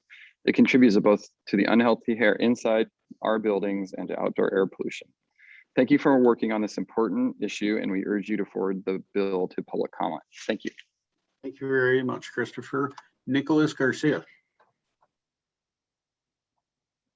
Good afternoon. Can you hear me? Yep, we can. Great. Good afternoon. I am Nicholas Garcia on behalf of the Washington Public Utility Districts Association. By way of introduction, PUDs deliver about 40% of the electricity consumed by retail customers in Washington State. WPUDA takes no position on the rooftop solar mandate proposed in C411. However, the associated financial analysis is deeply flawed. It substantially overstates the benefits likely to flow to retail customers and is inconsistent with state law. The financial analysis assumes that the solar generation will displace utility-provided electricity at a rate of 9.2 cents per kilowatt hour. This displacement is known as net metering. We provided the TAG a list of actual commercial retail rates for 49 Washington utilities. About 80% have rates below 9 cents a kilowatt hour, 11 below 5 cents, and 3 below 3 cents. We also brought to the TAG's attention Chapter 8060 RCW, which is Washington's net metering statute, and showed that 2 of the 9 prototype buildings included in the financial analysis are too large to qualify as net metering systems, and that every DG system is subject to the state's cumulative limit. We informed the TAG that outside of net metering, utilities are free to treat electricity produced by distributed solar generation as wholesale power. And we provided actual wholesale power rates for last summer, which typically range between 2.5 to 3.5 cents per kilowatt hour. Finally, we informed the TAG that the financial analysis assertion that C411 would provide a resiliency benefit was false. To protect utility line workers and sensitive building electronic components, solar generation systems trip offline when the grid goes down. Unfortunately, it appears the TAG ignored and or dismissed actual utility rates, state statute, wholesale power costs, and the electric system safety protocols when they approved C411. We conclude this because the financial analysis was left unmodified even after Waputa provided actual real-world information. And to be clear, no participant to the TAG process refuted any of the information we provided.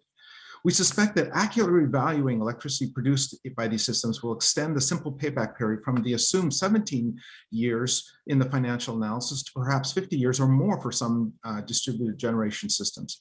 And we note that this 50-year result does not consider system maintenance, production degradation over time, or the 0% interest rate. We ask the council to suspend further action on C411 until the financial analysis is revised to accurately reflect the likely consequences to buildings owners, to utilities, and to social and environmental values. Waputa contends that absent a realistic assessment of these and other outcomes, the council cannot reasonably judge whether C411 is in the public interest. Thank you. Thank you, Nicholas. Larry Andrews, you're up. Yeah, can you hear me? We can. Floor is yours. Okay, thanks. I'd encourage you to really read what I've written, but I want to talk about one specific issue about the heat pumps. You know, they talked about 1926 or 1924 as being the hottest year on record. And then they said, well, this year was the hottest year. But here's the reason why this year wasn't the hottest year. The first thing is much of the natural gas wasn't really running during this summer when we had this record heat. What we had though running was server farms, computers, and the ACs that are driven by heat pumps, okay? And we're selling thousands of these every day in these areas. And so what happens with a heat pump in the summertime? It takes the heat out of your house and then compresses it and rejects it outside to a much higher heat. So as we add these heat pumps to all these buildings in the summertime, we're going to have even more record heats than what we've ever had before due to the BTUs that we're gaining from our buildings and sending them outside. The heat pump isn't the answer. What the true answer is building these buildings a lot better so they don't have to release all this heat to the outside, and being more cost effective as you're doing this. And I listened to the McKinstry people about what they've done. Their ideas are not too bad sometimes, except the cost. The only persons that can afford these costs are government-sponsored people, because a 6-room classroom to get it all put together cost over $250,000, okay? And most of these companies don't have this kind of money to convert systems like this. The only way they can do it is through government-backed fundings, which is paid by you and me. And thank you, Larry. Could you wrap up, please? Yeah, I'm sorry, but the answer isn't heat pumps. The answer is building our buildings better so we don't release all this heat to begin with. And if you look at what happened this summer, it's evident. You go out there and measure the heat coming out of that heat pump. If it's 108 out, it's close to 128 or 130 degrees coming out of that heat pump. So you have this huge influx of heat out of our buildings in the summertime due to the fact of heat pumps. And now you want to make all these other buildings that wouldn't even have air conditioning, they will have these heat pumps. And so you're going to spoo the system even worse. Thank you. Leslie Druffel, floor is yours. Thank you. Leslie Druffel with the McGregor Company. We are an ag retailer, and without commenting on any specific building codes that are up for discussion, we just want to state that we are very concerned about proposals that restrict the use of natural gas. It is a vital tool that enables Washington agriculture to be a mainstay for our economy. Natural gas enables us to provide vital nutrients to grow a wide variety of crops, over 300 different crops in all in this state. Nitrogen from the atmosphere is processed with hydrogen from natural gas to provide nutrients responsible for over half of our agricultural production. Without natural gas to help us feed crops, we will lose much of the yield of our bountiful crops destined for U.S. dinner tables and those of nations across the Pacific Rim and around the world.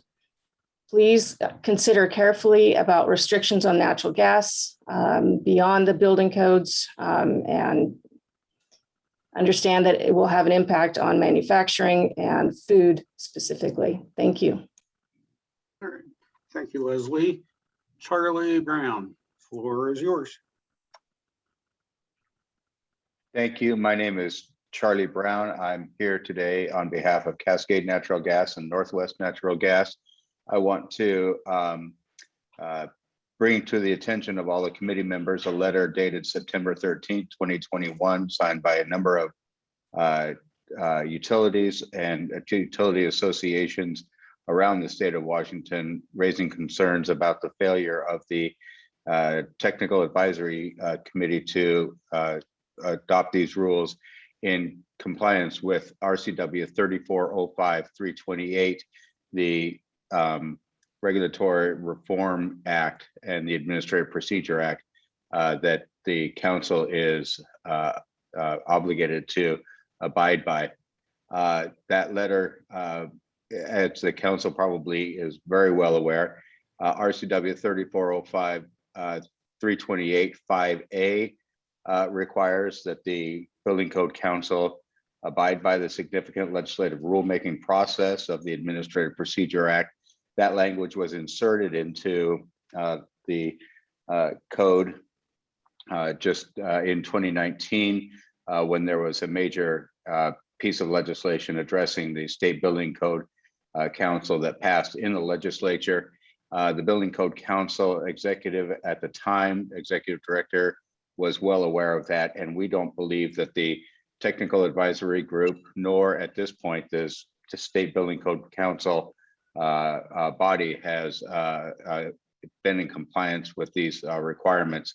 We believe that the requirements for doing the review necessary under the significant legislative rule making process is of utmost importance at the CR 101 level, not the CR 102 level, when this is actually these words are put onto paper as a formal proposal, because the work that even Mr. Garcia noted earlier has not been done to give the council members the information necessary to look at the cost benefit analysis and the other small business impact statements and other requirements.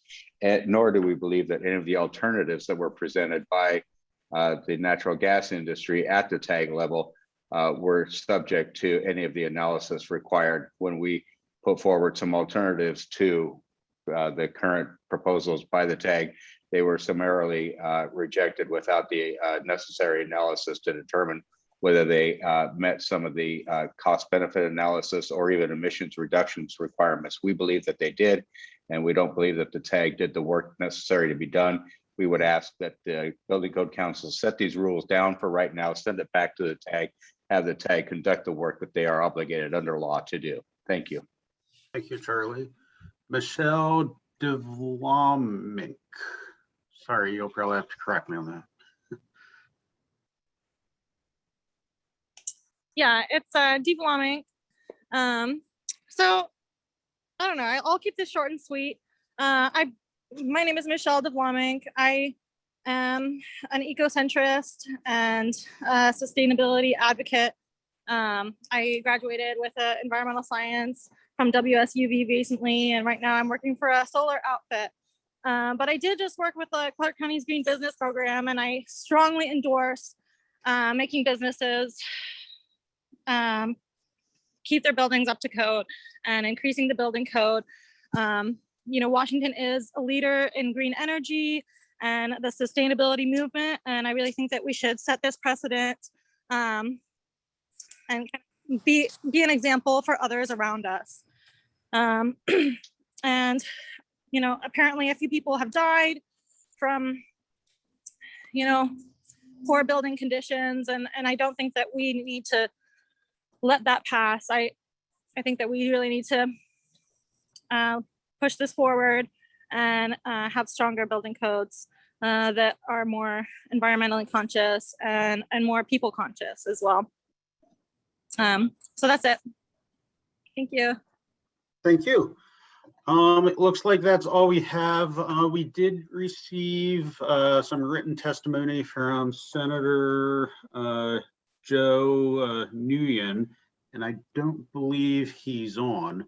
So in fact, we've got a few more hands up as well. He did ask that we read this, so I will read it into the record. And then we've got at least 2 more hands up right now.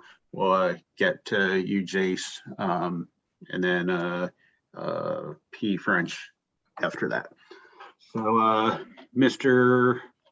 Nguyen wrote, the legislature has asked that new buildings be 70% more efficient by 2031 than they were in 2006, and has left the implementation of that goal to the State Building Code Council. The legislature has also set economy-wide greenhouse gas emission limits that are in line with climate science.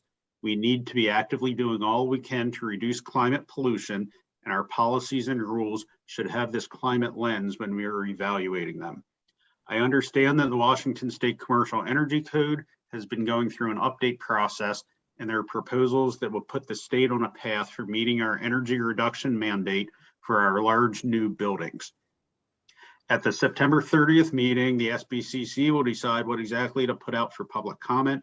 I urge the SBCC to put out the full package of proposals for a robust and deliberative public comment period. As a member of the Senate Energy, Environment, and Technology Committee, I understand the challenges we face in reducing emissions economy-wide. Strong energy codes are one of the most effective and cost-effective ways of doing so. I look forward to an open and accessible public process that will provide informed public comment and help ensure our energy code remains strong and on a path for helping the state meet our statutory greenhouse gas emissions limits. All right, Jace, floor is yours. Okay, yeah, I wanted to make an addition. I went first, so I hope, I just wanted to make sure you do. I was adding on to my other comment, if that's all right. Sure, go ahead. I'll beep you at 90 seconds still again. Great, thank you. So as a volunteer and an advocate myself, I'm showing up on my own personal time to this meeting, and I tried to testify at the last meeting as well. And I have a feeling that a lot of the advocates for the natural gas industry, I have a feeling they're getting paid quite a bit to be attending these meetings. And when I hear them talk about cost effectiveness and saving people money, the piece of the puzzle that they're leaving out is my health and the health of my family. So it is the cost of people in my family getting asthma and having negative health impacts. Is that factored into those costs associated with the natural gas industry? No, they're externalized onto people in my community. And also typically the people who are mostly impacted are the people without much money and the people from other backgrounds than myself as a white male. So please understand where if I'm showing up, I'm speaking, after sitting around in my living room for quite a long time waiting to speak while other people are getting paid quite a bit to speak. For example, we've got Avista Utilities. They've shown up and they talk a big talk, But behind the scenes over here in Spokane, they're working to manipulate the public with a ballot measure that was intended to protect the natural gas industry from ever having to deal with building codes that would Mr. restrict Chair, natural gas. is it appropriate for somebody to be impugning the motives of others here? I'm sorry, this is unacceptable. Point of order. So Point of what order. I'd like to, the group to, So okay, Jace, that's about. do you want to finish up? Sure thing. So look for the Cleaner Energy Protection Act, and also look to see Avista employees for Proposition 1. They had to report a few $1,000s. Point of order, staff Chair. time spent. Mr. Chair, point of order. Mr. French, go ahead. Yeah, this is not the topic of this meeting and stuff. And it's, Robert's rules do not allow you to engage in personal attacks and stuff. So I would urge the chair to discontinue the testimony from Mr. Belinga as a violation of Robert's rules.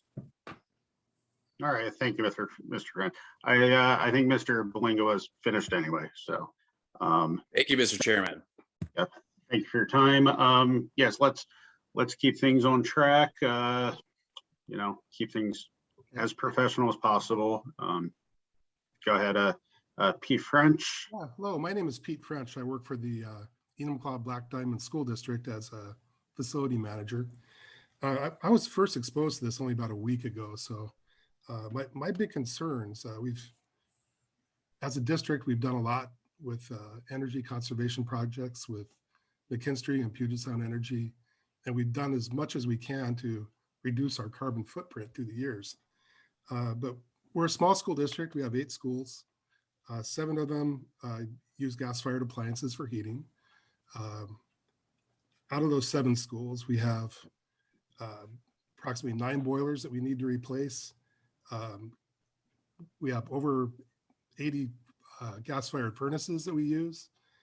My big concern is the C503 4.6 that concerns replacement of these appliances.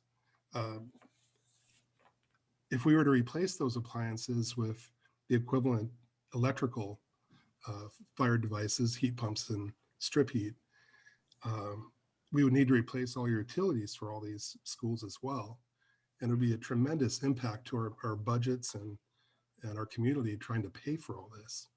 So my concern is that the new code will end up being basically an unfunded mandate to make these changes. Any new construction, I can certainly see the value of going green, and definitely support these changes for new facilities.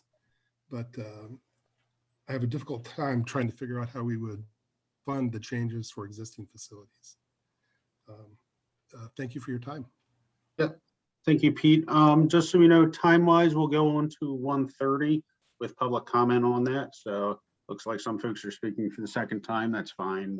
Just letting you know our overall plan. I'll still keep you to 90 seconds. I'll have the alarm go off. And if you keep talking a lot more past that, if you don't start finishing up, I'll try to jump in. So go ahead, Mike, floor is yours. And you're mute again. Okay, thanks for letting me on the second time. I guess you must unmute me. Again, I'm the only builder I've seen in this entire public forum. And actually, knowing personally Chris Patano, great testimony by Chris. He's one of the leading architects I know in our state.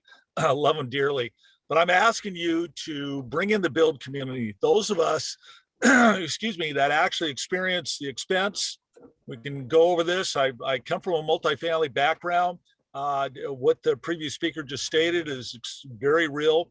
Again, you're looking at a charter member here of the Build Green community as established in the state of Washington.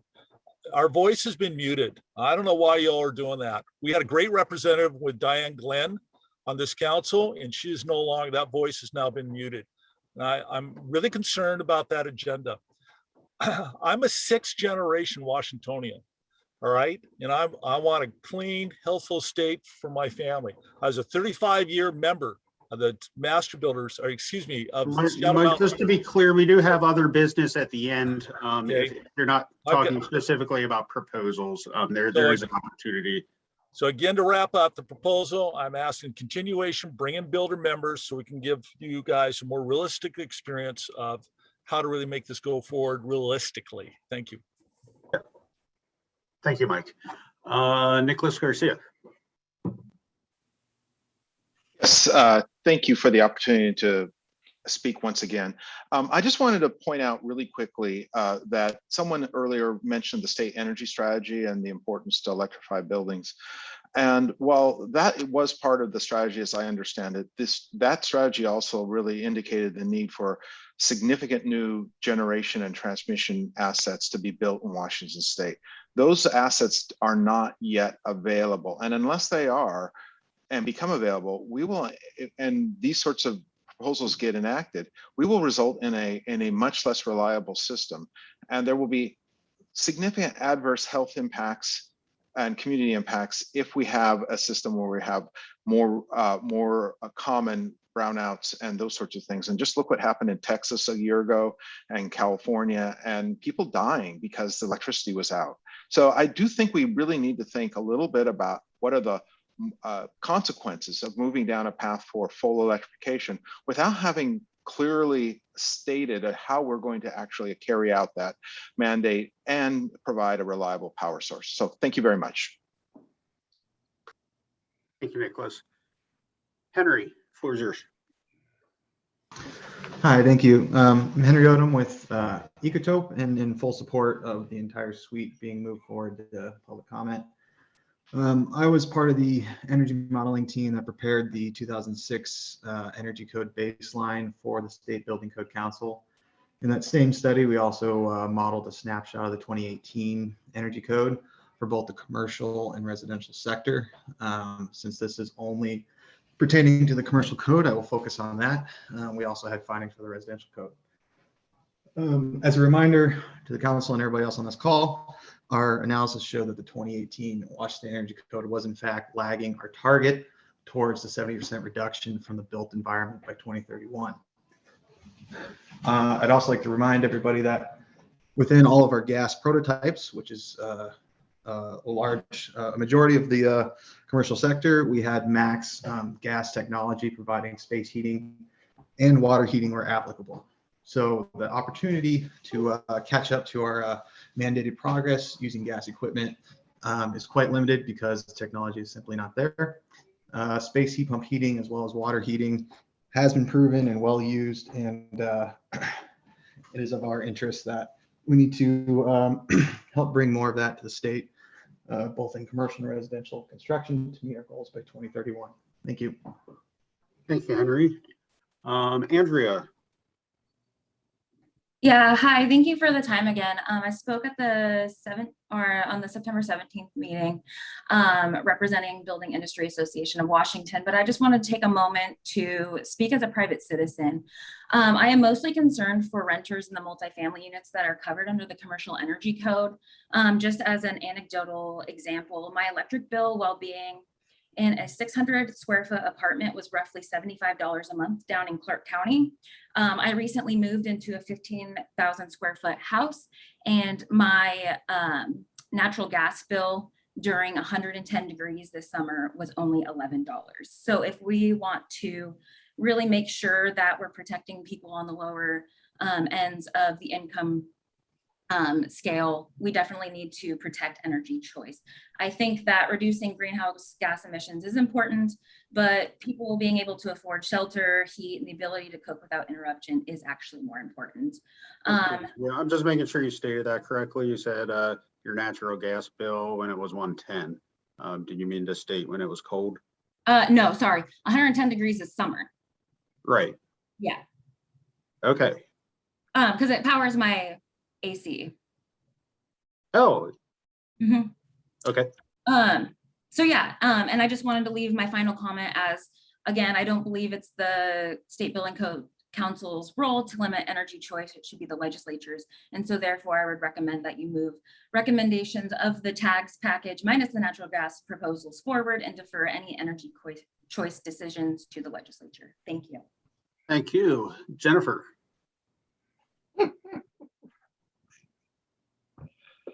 Hi, I wanted to just speak a little bit to the issue that Jace brought up with an initiative in Spokane that was led by Avista. It was not led by Avista, it was citizen led.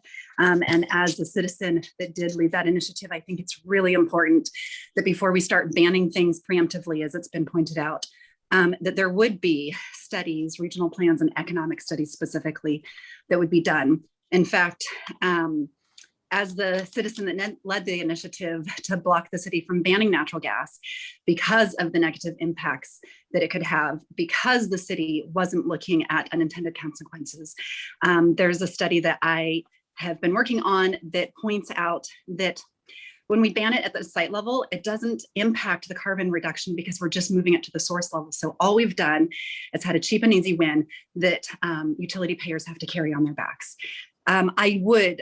Even as this moves forward to public testimony, because I'm sure that that's what is probably going to take place, even though I think it would be wise for the council to consider removing it completely until they have done further studies and looked at the economic impact of this at a more comprehensive level. But I think that it is very important that we do take a look at zoned climate policies rather than blanket policies for the whole state, because in Spokane, Washington, we have typically about a 90 to 100 degrees swing in temperature. And when we have windstorms, which it seems about every 18 months to 3 years, we'll have a windstorm or power outage that will cause about 50,000 homes to be without power for 5 days or more. And without plans in place for replacement of natural gas, the impact to those families would be catastrophic. Thank you. Thank you, Jennifer. Anthony. Thanks again, Chair, for the time, and thank you again, Council, for comment. Shout out to Andrea, who just educated me on natural gas AC. I didn't know that was a thing. So that was cool to hear.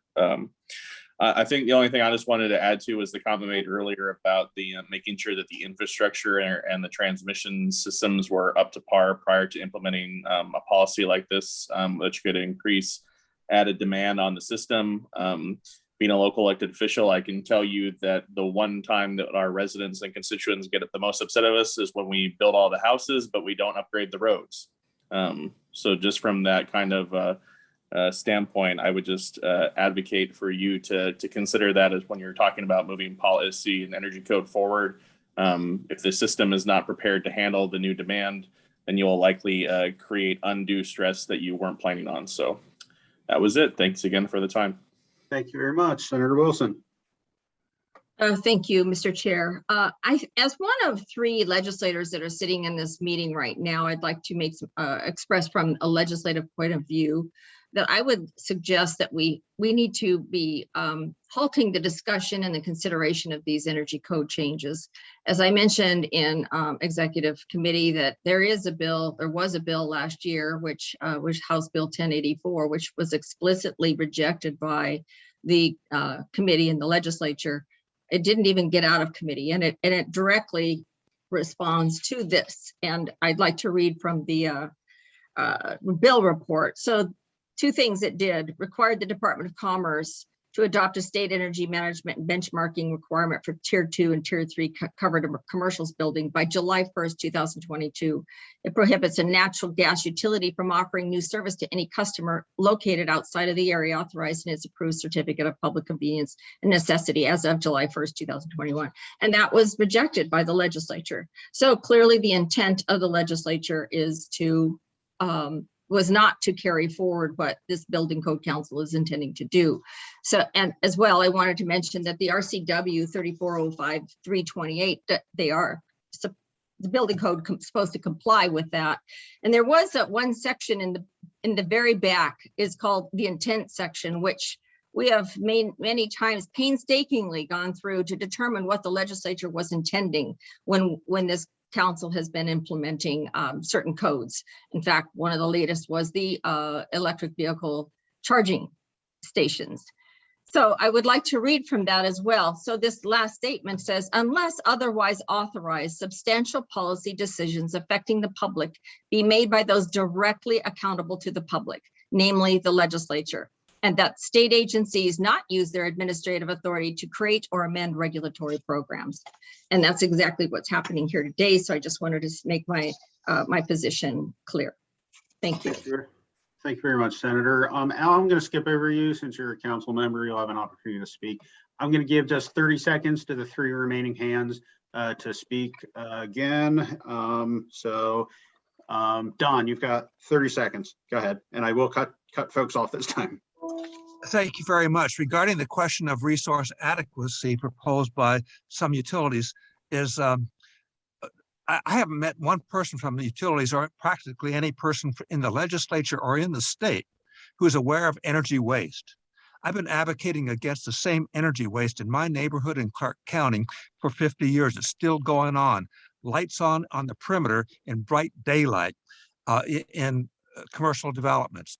And my wife gets tired of me pointing out, well, look at those lights being wasted. Right now, the light's on at that gas station, lighting up those gas islands, and it's a bright, sunny, hot day. And regarding House Bill 1084. Thanks, Don. Wrap it up quick. 1084 was not opposed because of the reasons stated. It was opposed, didn't move forward because the pipe fitters needed to be accommodated, and they weren't accommodated. Thank you. Thank you. Tina, 30 seconds. Yes, thank you. Tina Risley with the Northwest HVAC Association. We're opposed to these 3 issues. My question is, in this meeting, in my letter, there are 5 questions regarding to cost, and if they could possibly be talked about within this meeting, it would be much appreciated. Thank you, Tina. Yeah, that is the next agenda item, I believe, costs. So, thank you. Larry, go ahead, 30 seconds. Thanks. I want to answer Dwayne's Jolin question about what happens when the power turns off here because of trees and falling. What most of us do with natural gas is we have a gas generator outside that has a small ability to provide the power to keep our gas heat running so we don't freeze up. If we had heat pumps and electric heat, the generator would have to be so large and the cost so much. So that's what we do over here on the Thank you, Larry. 5 seconds, finished up if you had some other. Thanks. Okay, thank you very much. All righty. Thank you, everyone. I'm sorry we couldn't have unlimited time, but there's still plenty more opportunity to address this issue moving forward. Can we bring the agenda back up?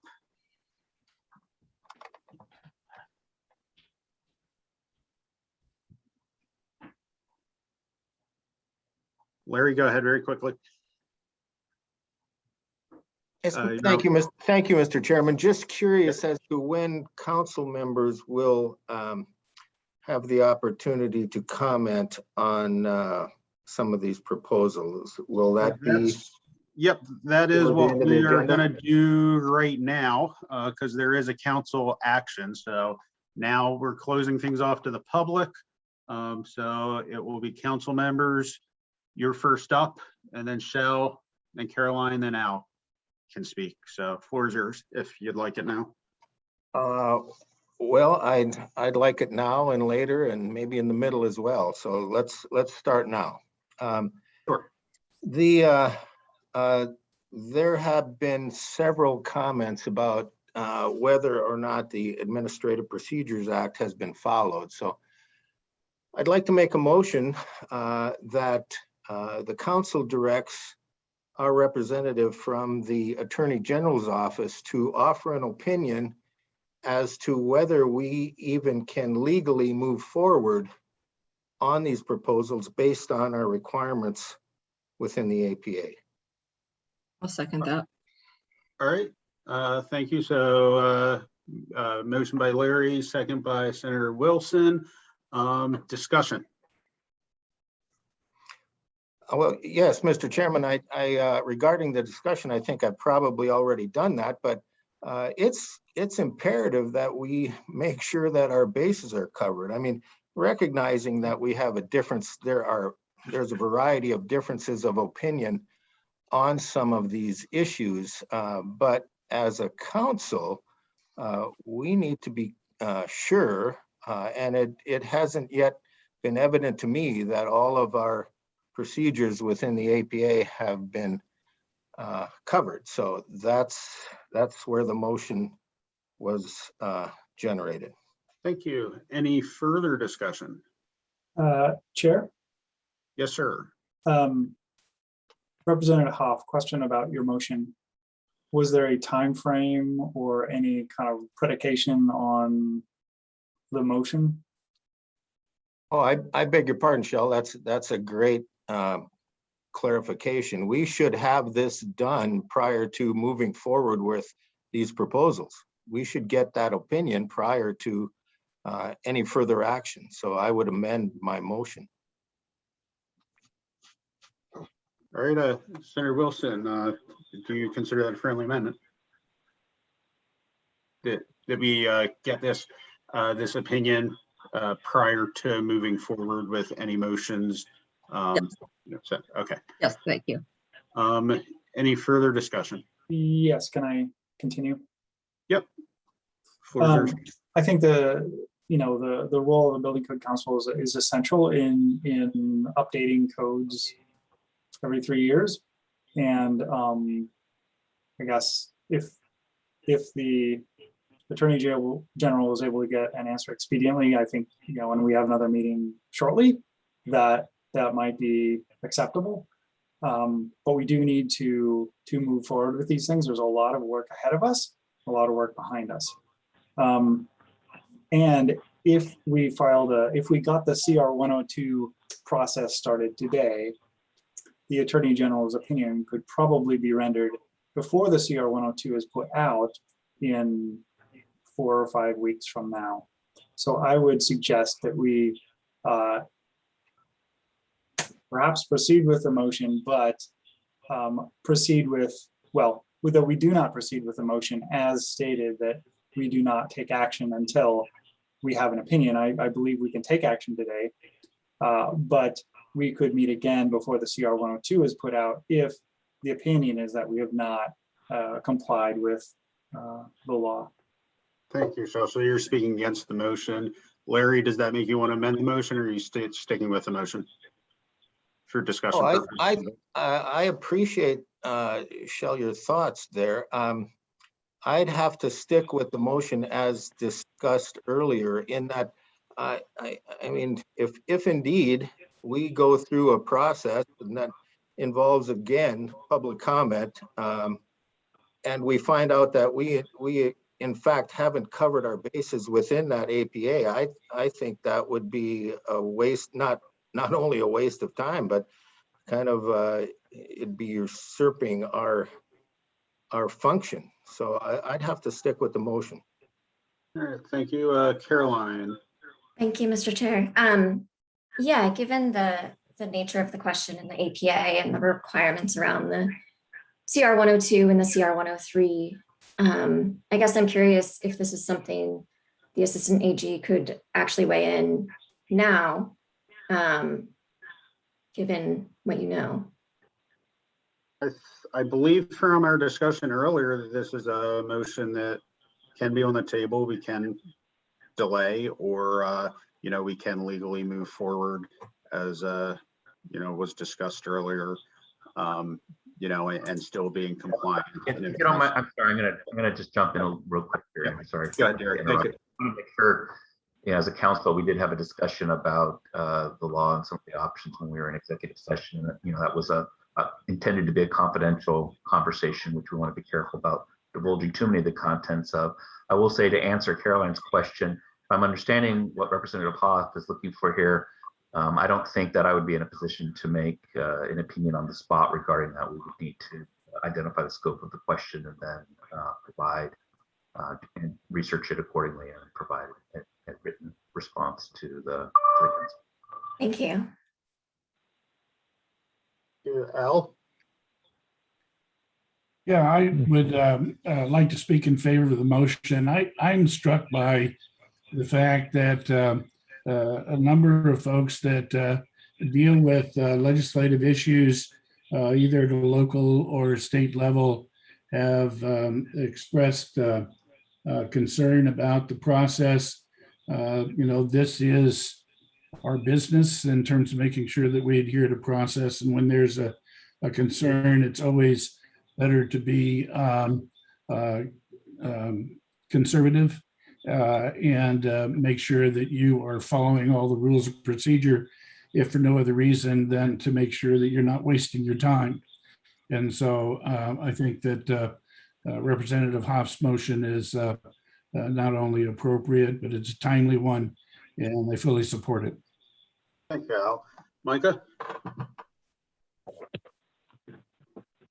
Thank you, Mr. Chair. I have some concerns with the motion just based off of RCW 34.05.328, which is that Administrative Procedures Act they're talking about.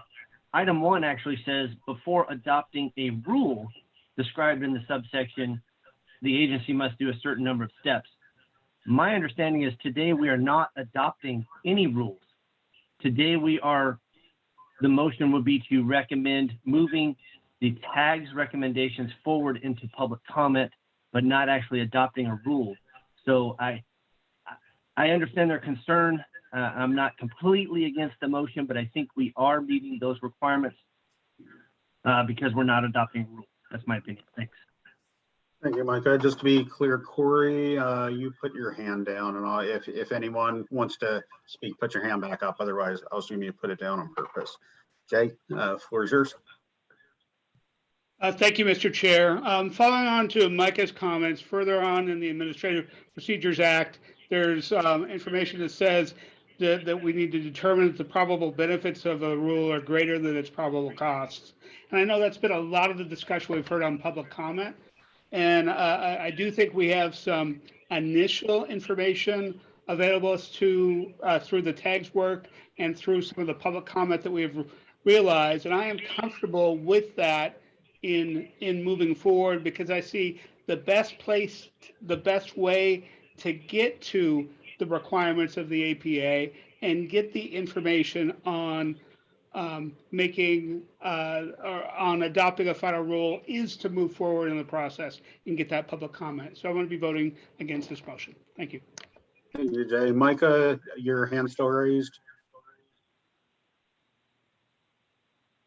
All right, it looks like everyone's hand is down. And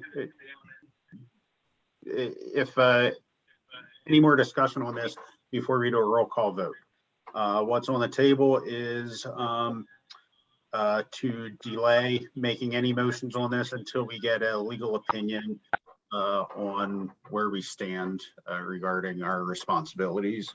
From my understanding, we can go either way. We'll be within the bounds of our law. Some people disagree. So that's the decision you'll be making. Any further discussion? All righty. Krista, can you take a roll call vote, please? Okay, Chell Anderson, No. Jay Arnold, No. Todd Bayreuther, No. Micah Chappell, No. Tony Doan, Yes. Al French, Yes. did Robert Graper join us? I'm here. And your vote? Yes.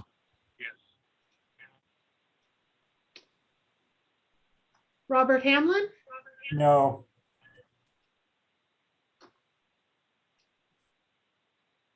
Phil Lumley, Yes. Anthony Mashman, No.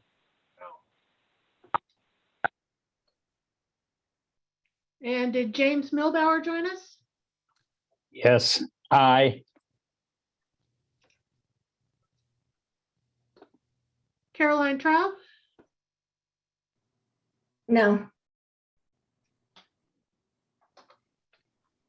Corey Wilker, Yes. Andrew Klein, I will abstain because we don't have a tie. well, the motion fails 7-6.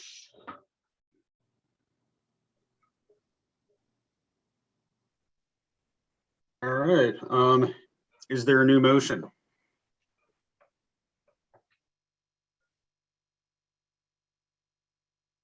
Or further discussion, prior to making a motion? Corey, floor is yours. Mr. Chair, I do have a new motion in support of Senator Wilson and Representative Hoff.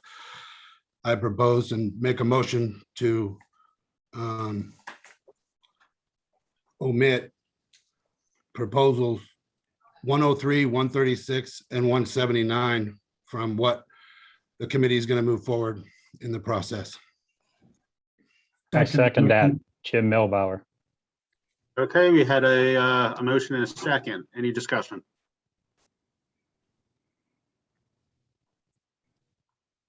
You want to start? You want to continue more, or should I?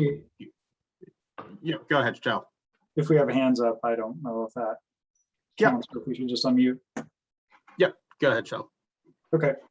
I wanted to correct a bunch of things that were stated earlier about what we are actually voting on,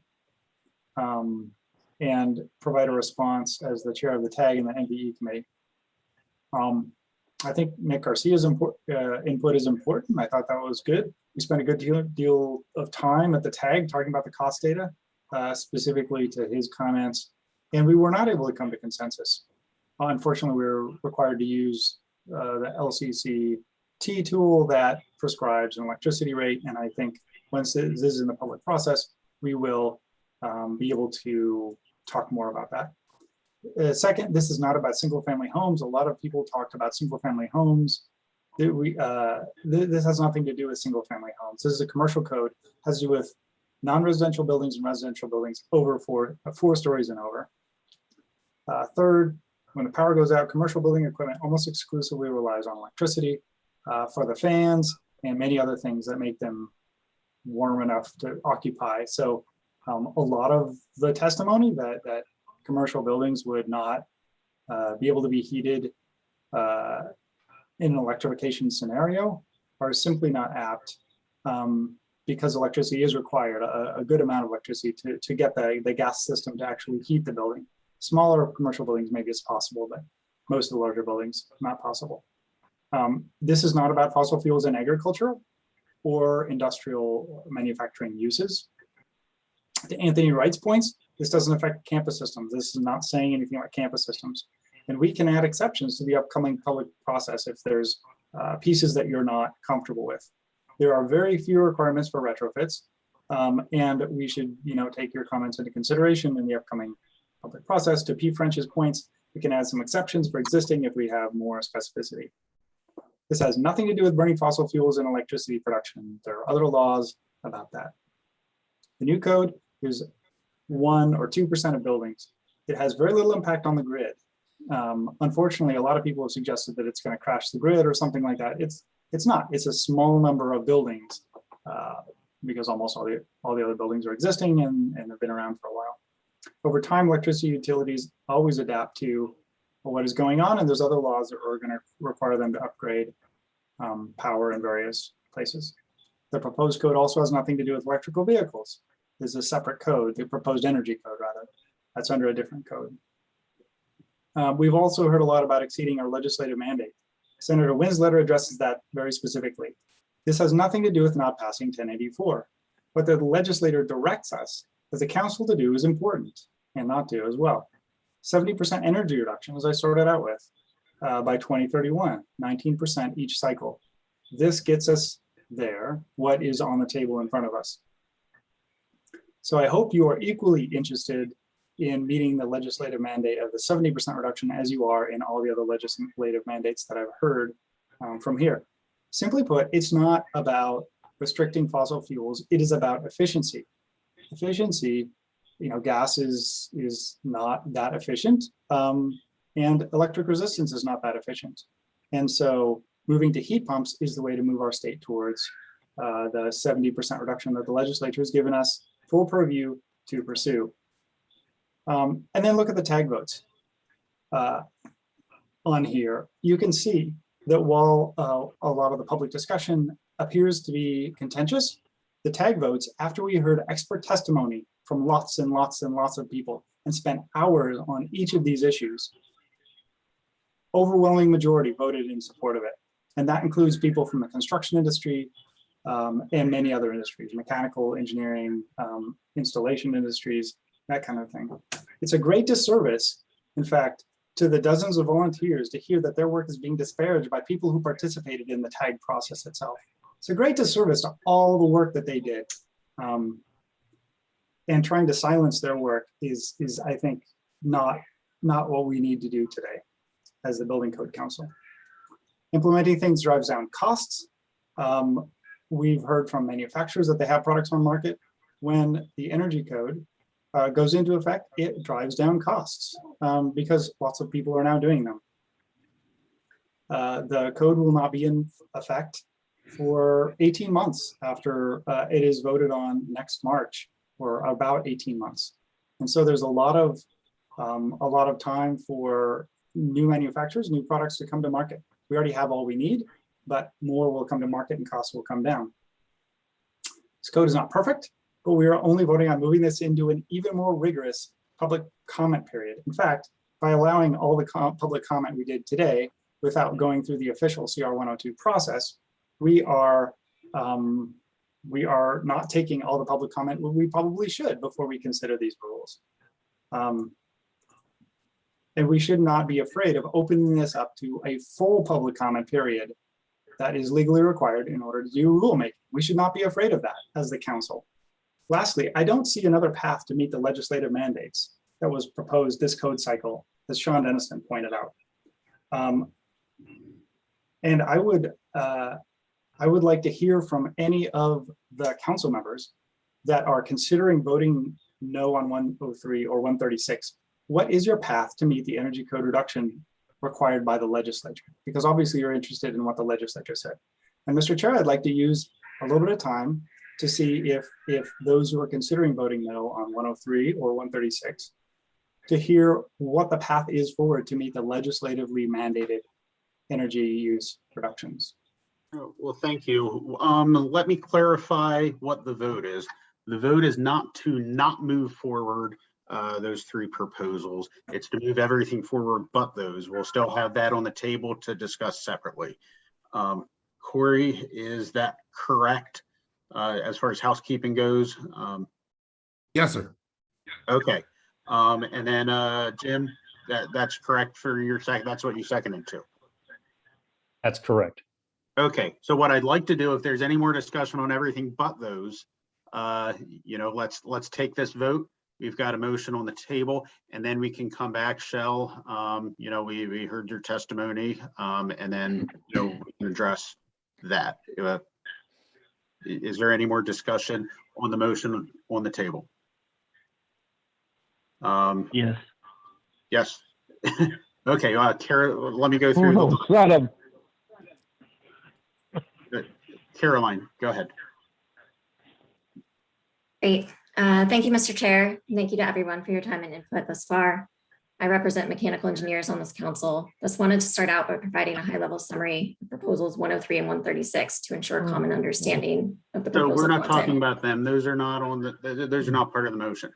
Well, I'd like to make a motion to amend Corey's motion.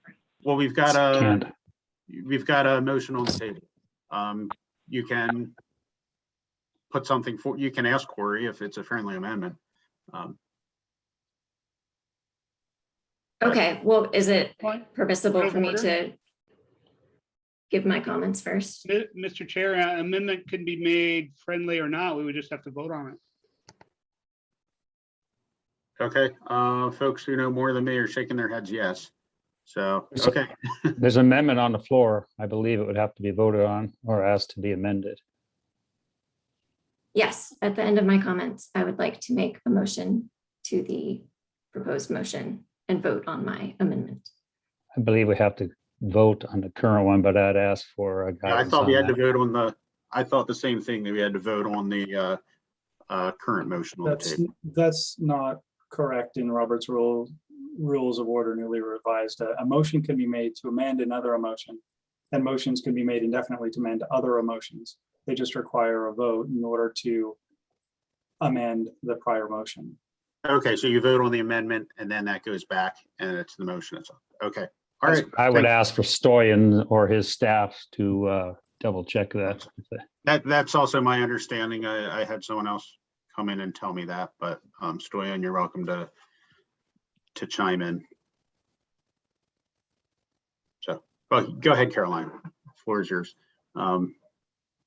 Great. Thank you, Mr. Chair, and thank you to everyone for your time and input thus far.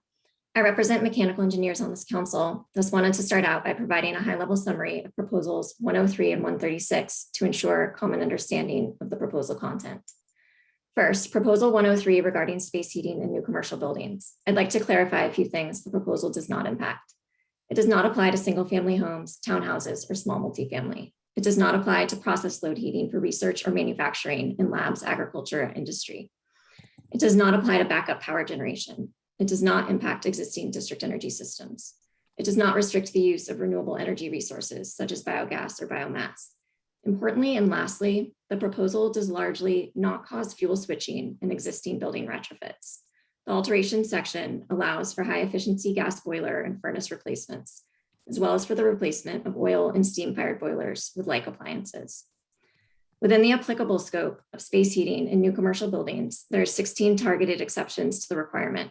These exceptions are where the tags spent most of their time deliberating.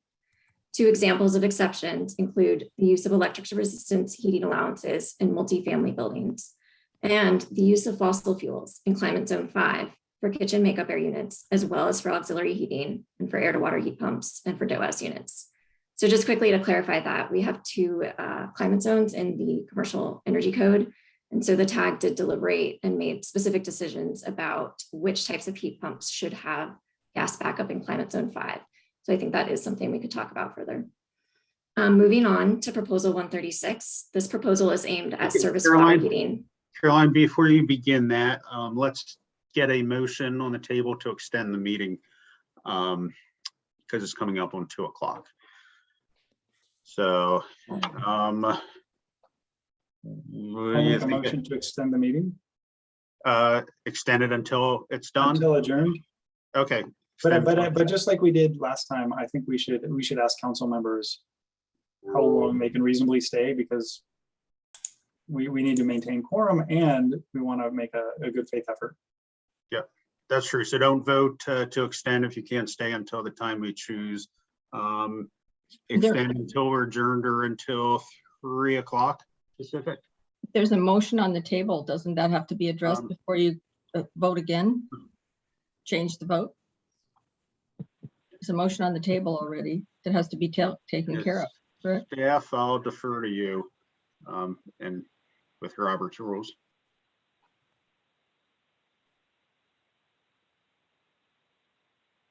Yeah, Micah, you're shaking your head. You seem like an authority. What were you going to say? Otherwise, I have to look it up. I'm not shaking my head. Not on that. I think that we're not going to have sufficient time for discussion if we end the meeting when we're supposed to end the meeting. So I would think we'd have to vote to extend the meeting to actually get to the vote based on the discussion we're having. So yeah, I don't.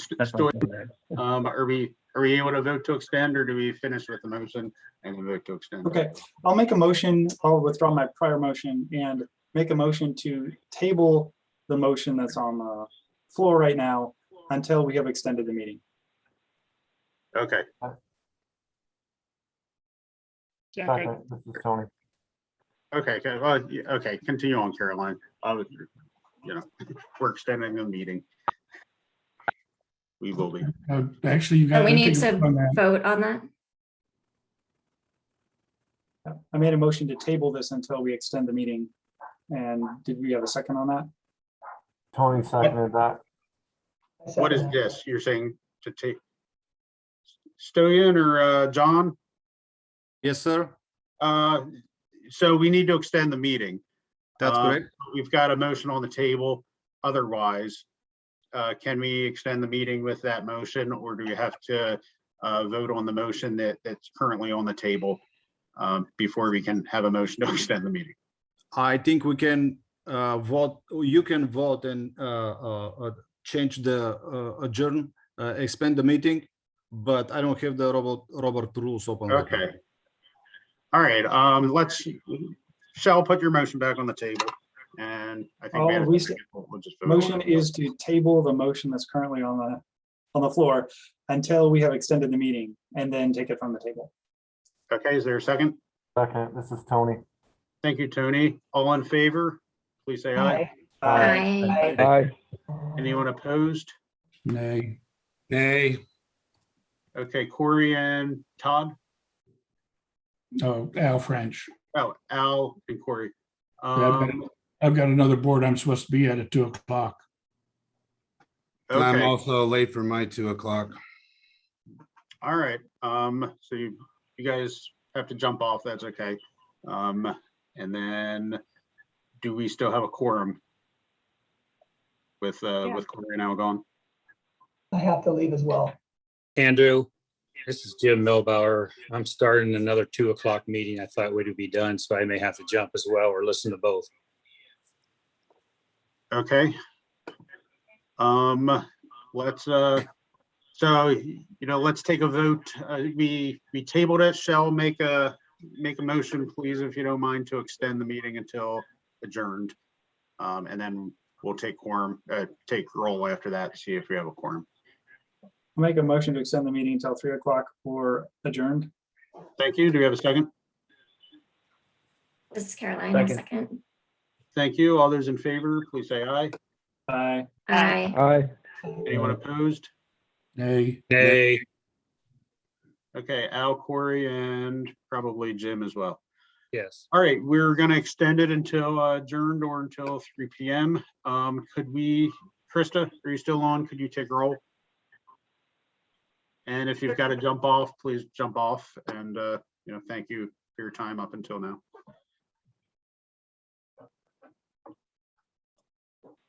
Shell Anderson, Here.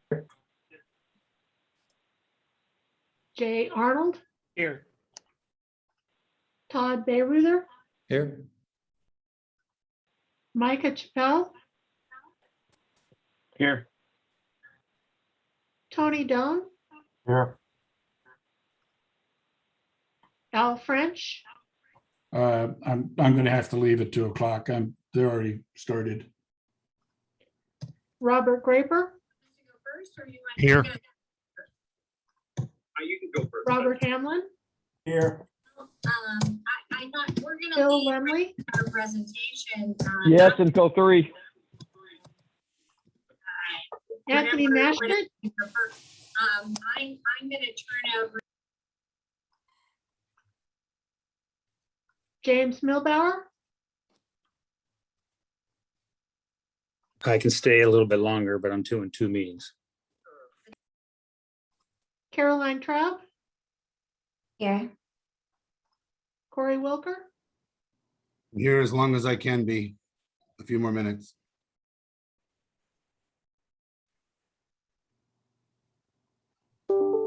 without Corey, we would have 10 members present, which is still a quorum, and also without James Milbauer, we would have 9, which is still a quorum. A quorum would be 8 members. Okay, and that includes Al not being on? That includes Al not being here. Okay, very good. All right, hear that, Corey? Question. Jim, you can jump off if you need to. Shall? Question about procedure. Do we need 8 vote to move something forward into the CR 102 or not? Yes, you do. Yes, you do. Okay, so the more threadbare the council gets, the less likely we are to get 8. Just saying that. All right, well, let's get moving. Caroline, the floor was yours. You were speaking and then you said you were going to make a friendly amendment. Sure. So quick procedural question. The motion that was previously on the table was tabled. Does it need to be taken from the table?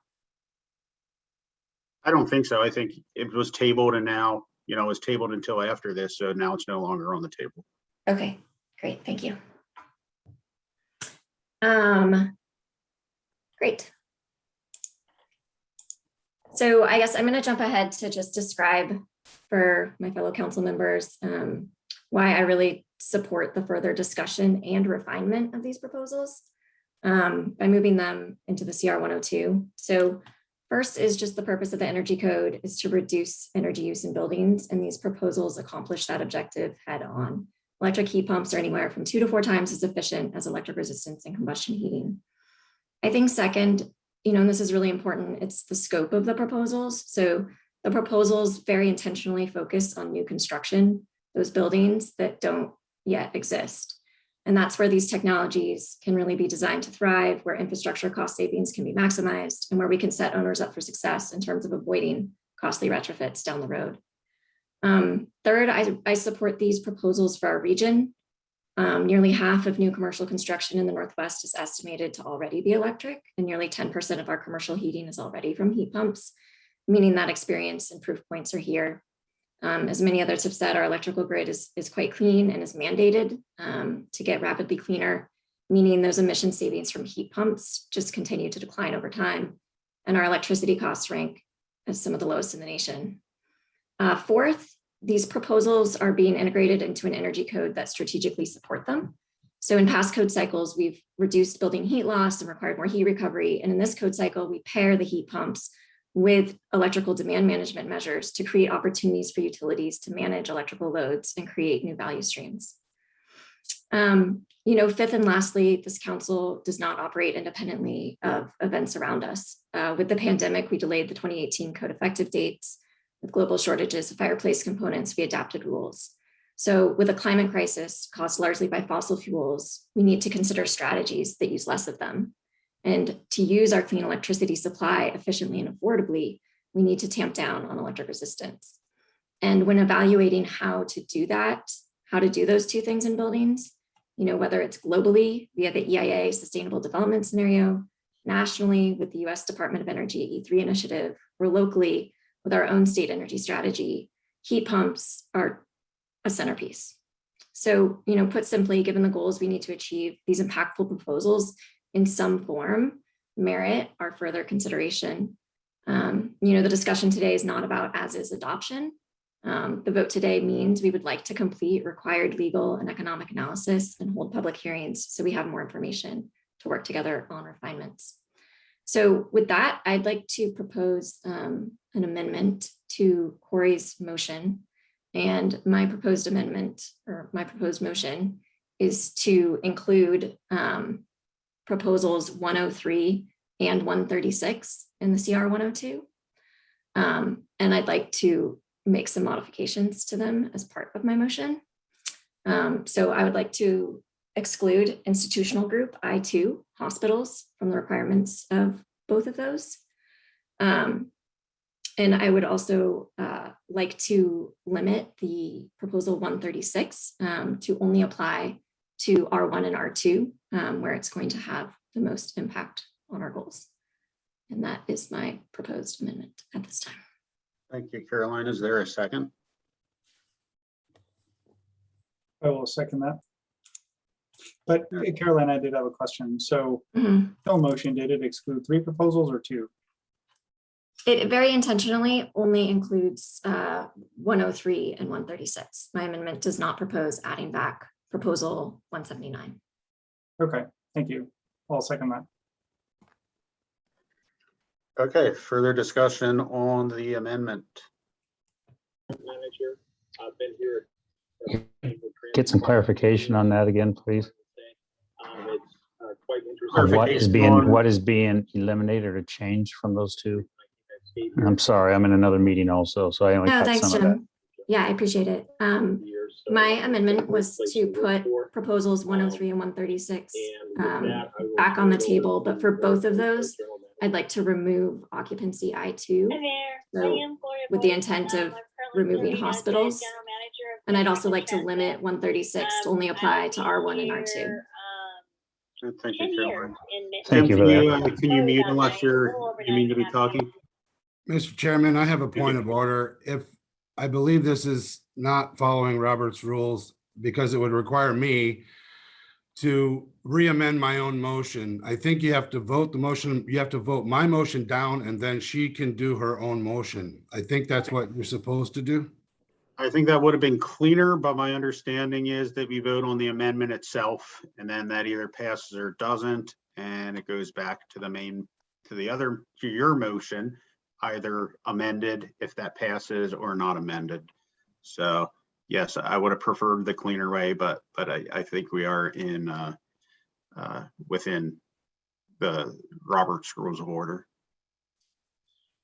Further discussion on the amendment. Well, let me go down. Folks have their hands up. Jay, go ahead. Thank you. Well, I appreciate the responsiveness of the amendment to try to simplify and take some issues off the table. But I think we're better, unless this would expedite the process, and I'm not convinced that it would get us to a point where we're moving forward here. Would rather not discuss the merits of the proposals, but move the entire slate forward unmodified. So unless I saw an indication that this was a compromise that got us to more support for moving forward, my preference would be to move the slate unmodified and deal with some of this feedback through the public comment process. Thank you. Thank you, Jay. Micah? Thank you, Andrew. I'll just speak to the amendment here, the amended motion.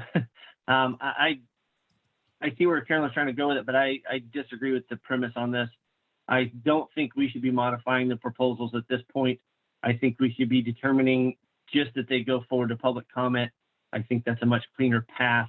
I think once we get the public comments from someone, including Carolyn or her group, to promote this as a public comment once those meetings come up if we're moving forward. But I don't want to do that as a separate amendment to the motion. And I'd like to also speak on the original motion when we get back to it. Thanks. Thank you, Micah. Any more discussion on the amendment? So, all right, let's take a voice vote. Everyone clear on the amendment? Our Vice Chair, Lisa Stady, and also Director Bill Lindley. So we'll have a total of 5.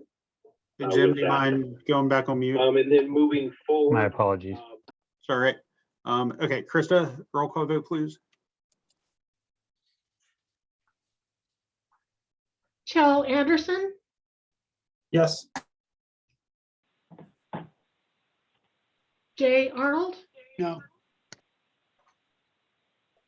Todd Bayreuther, Aye. Micah Chappell, No. Tony Doan, No. Robert Graper, No. Robert Hamlin, No.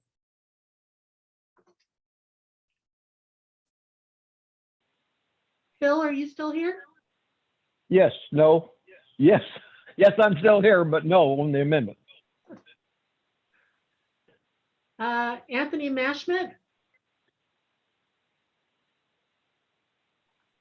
James Milbauer, No. Caroline Trapp, Yes. Corey Wilker, No. Motion fails 8-3. All right, thank you. So we've got the original motion on the floor to move forward everything except for, Corey, can you name the three proposals again that we're not moving forward? Proposal is to not move forward with proposal 103, 136, and 179. 179. All right. And that doesn't, the proposal is not to move them forward. So we can have motions after this. So the motion on the table is to move everything forward except for those three proposals, 103, 136, and 179. Any discussion specifically on that motion? Micah? I think there were others in front of me, but I'll start. Thanks, Andrew. Thanks, everyone. I'm going to vote against this motion. This is a terrible, terrible precedent to set. In my opinion, you know, or not just my opinion, I represent code officials on the council, and there's a whole mixed set of opinions on energy proposals and moving them forward. They think these three proposals are probably drastic. You know, when we had legislation that said do something about tiny houses, we brought in sleeping lofts and put those in the main body of the residential code. There's a lot of folks that thought that was drastic, but at no time would anyone ever recommend taking out public discourse and discussing those proposals at full open council meetings. I understand that this is an open council meeting, but it is not the public comment hearing for these proposals.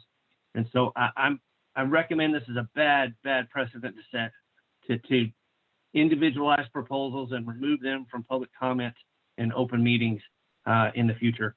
I think that's just not the way to go. So I'm gonna vote against that motion. Thank you, Micah. Larry, go ahead.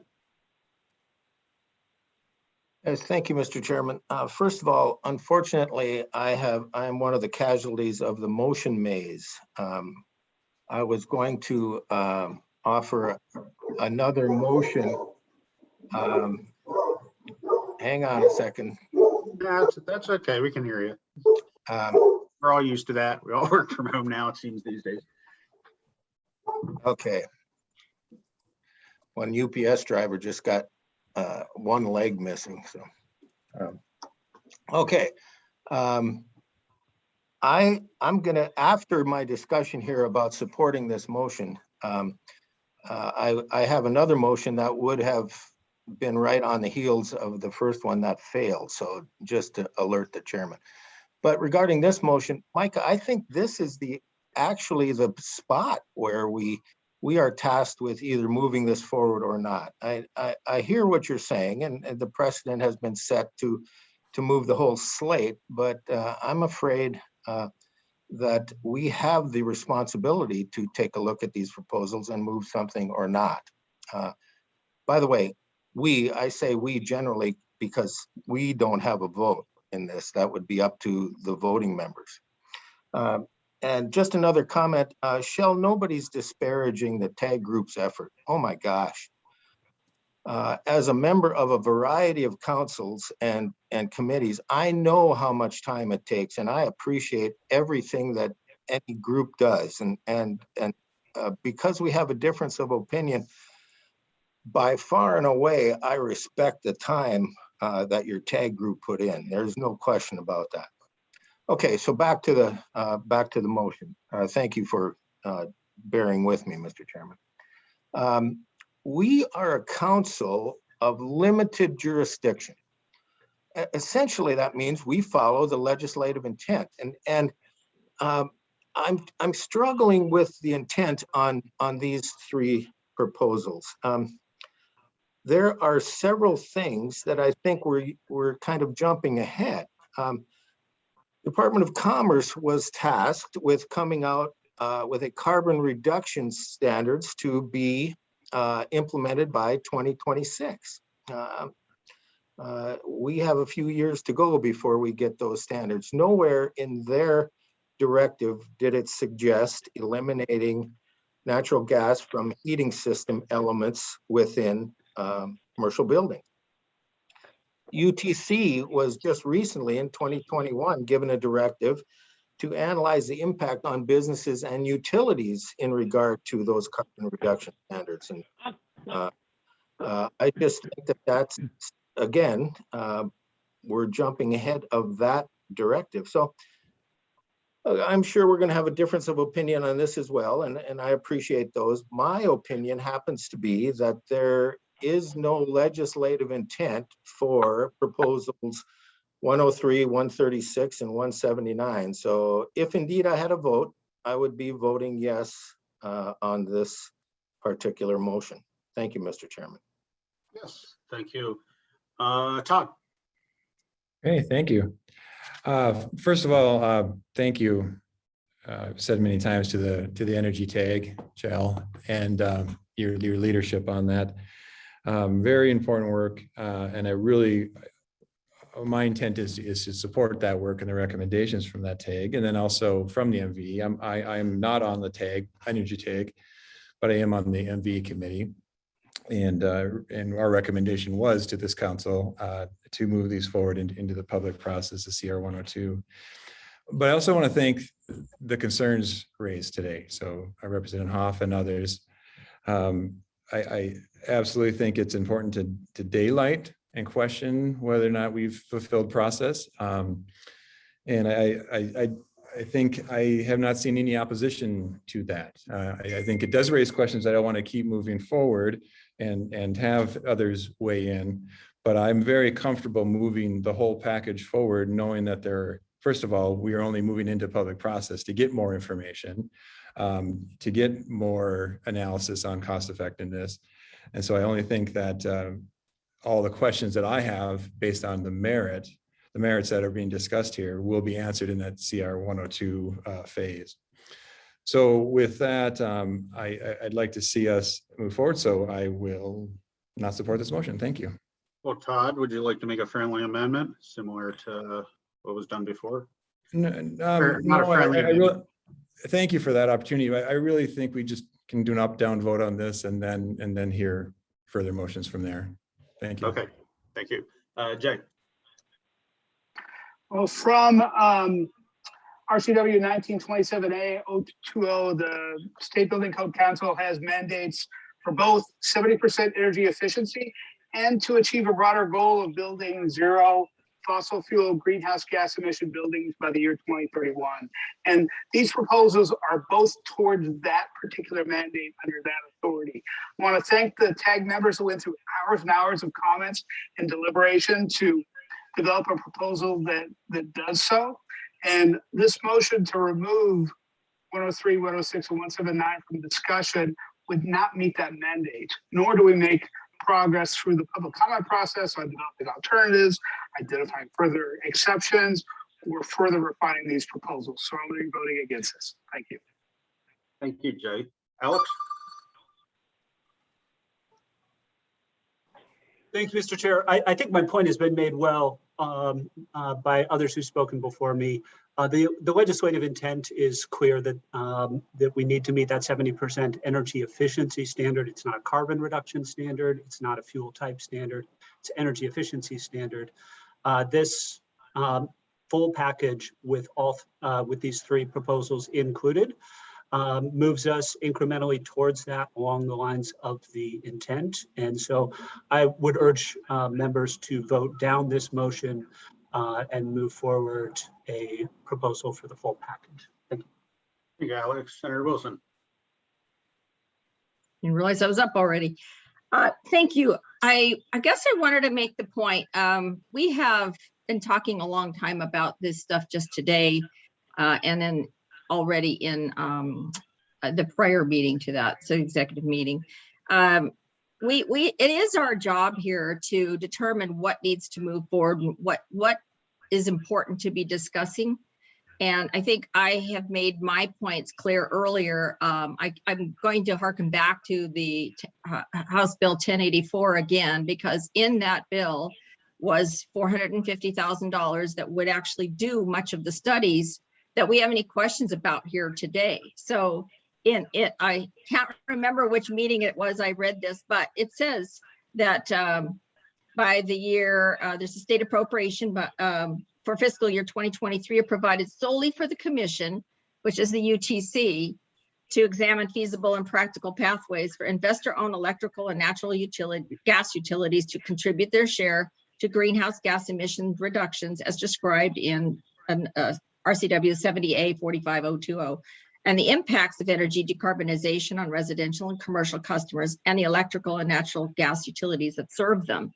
I think that this needs to be done. This is what's authorized by the legislature.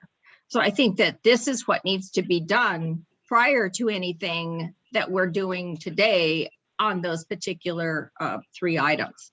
So, when you go back to, it doesn't affect residential right now. I've been in the legislature long enough now to know that once a law has been established or a rule has been established, which is basically a law, it creeps. And so the structure is there, and then it goes beyond that, and then in no time flat, other entities are included within. So we've had that happen over and over again on many different bills. And so I think that that's what this group here today should be doing is really understanding what we need to be doing to move forward in the proper way, addressing the proper items. And so I would be voting yes if I had a vote on the committee today. Thank you. Jim.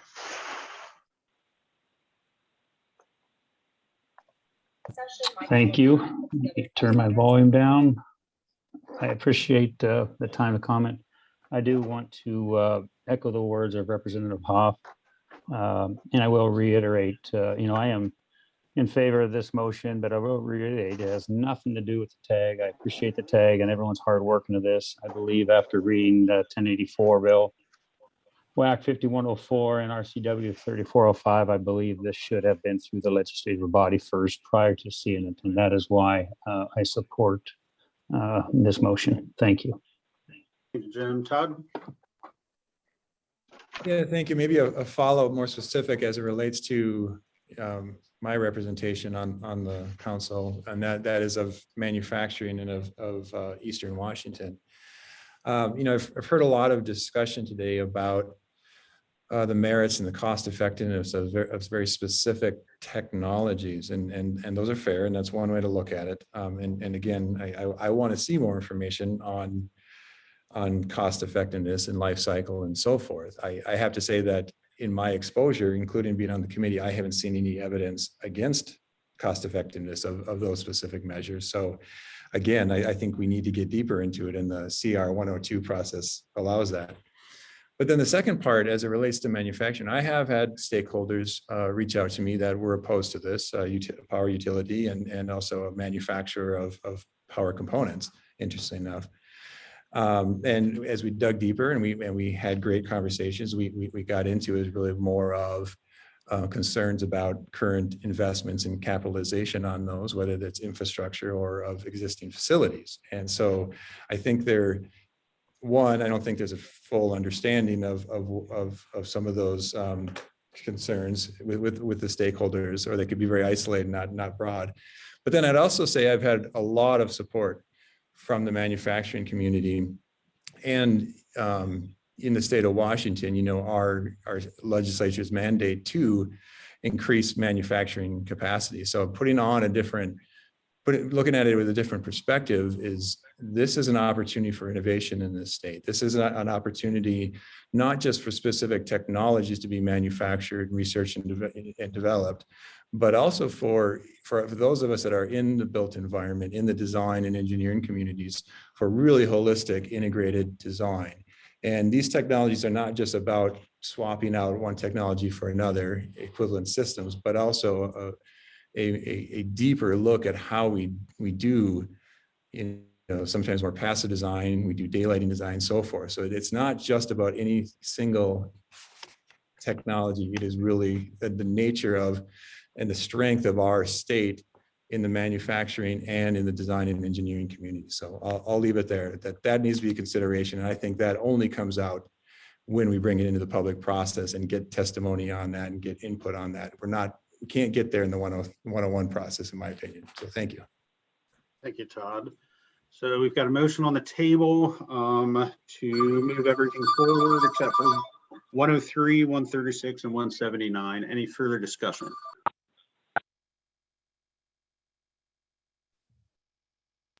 All right, let's take a roll call vote.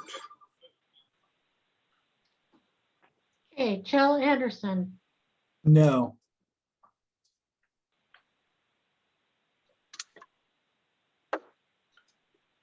Jay Arnold, No. Todd Bayreuther, No. Micah Chappell, No. Tony Doan, Yes.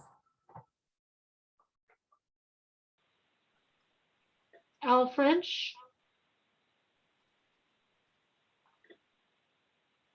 Robert Graper, Yes.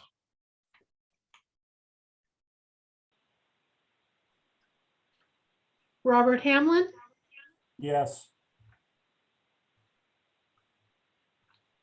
Phil Lumley, Yes.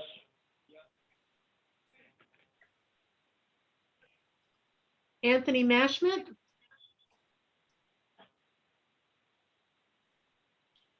James Milbauer, Aye. Caroline Traub, No. Corey Wilker. Yes. Okay, the motion is 6-5. 6-5, yes. 6-5, yes. Okay, does that pass or we need a total of 8 yeses? We need 8. Yeah, we need a vote of 8 for Okay, any so, measure affecting the codes. so then that fails. Do we have another motion? Alex? Thank you, Mr. Chair. I think we've been kind of dancing around this for a while, so I won't make a big speech about it, but I think it is time to advance the full package of proposals. Accept the tag and committee recommendations and advance the proposals to the CR 10 and ask staff to develop the proposals for CR 102. And I guess the only thing I would add to what's been said already is just a reminder of the Hold on point. 1 second, Alex. Let me get a second, then you'll be first up. Do we have a second to that motion? The motion was to advance the full package into CR 102. Correct. I'll second the motion. All right, thank you, Sal. Okay, Alex, go ahead. The only thing I'd add at this point, with an eye to the clock, is that I think the point Shell made earlier is an important one, that we need a plan to incrementally move towards the legislative mandates for energy efficiency. Urge anyone voting no or speaking against the motion to identify an alternate path to meeting that 70% reduction or this code cycle's incremental improvement towards that. Thank you, Alex. And remember, this is only moving it forward for public review to the next step. This is not a final rulemaking. Larry, the floor is yours. I appreciate Alex's comment, but there's no requirement to vote no or yes. Nobody has to share an alternative. In fact, if I had a vote, I wouldn't know an alternative. I'm not a techno energy wizard. We have differences of opinion based on a variety of different angles, and voting yes or no doesn't require a diatribe. Thank you. Shel.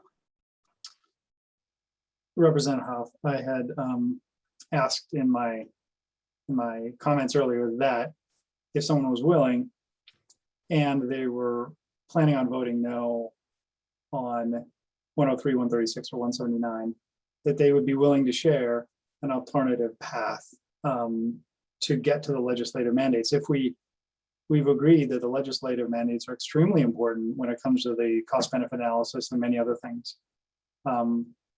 So presumably we would also see the legislative mandate for a 70% energy use reduction to be equally important in the work that we do. So it was asking for, if you don't like this path forward, what other path do you see And that's obviously voluntary, but I would love to know, because we're going to fail to meet our legislative mandates if we vote no and have no path forward. Thank you, Cheryl. Any further discussion? All righty, Krista, roll call vote, please.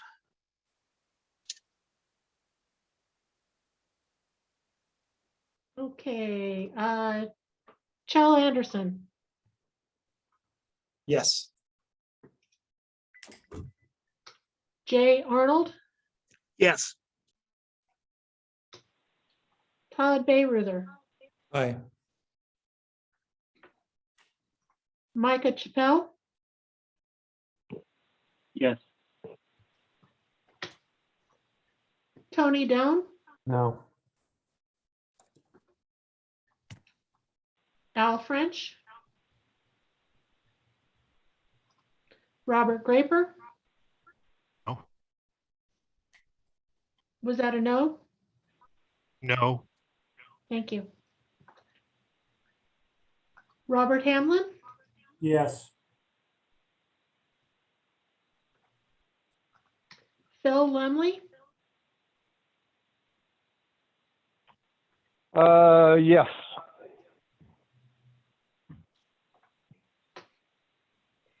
Anthony Mashmet, James Milbauer, Nay.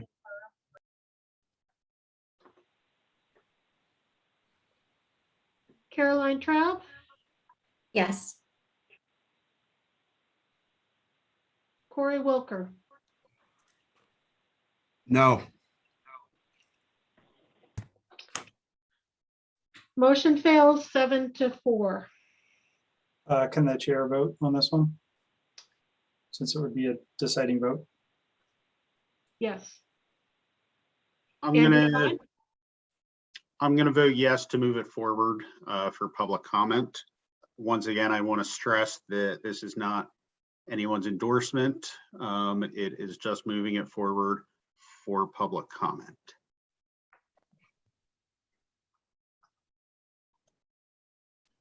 Senator Wilson. Oh, yes, thank you.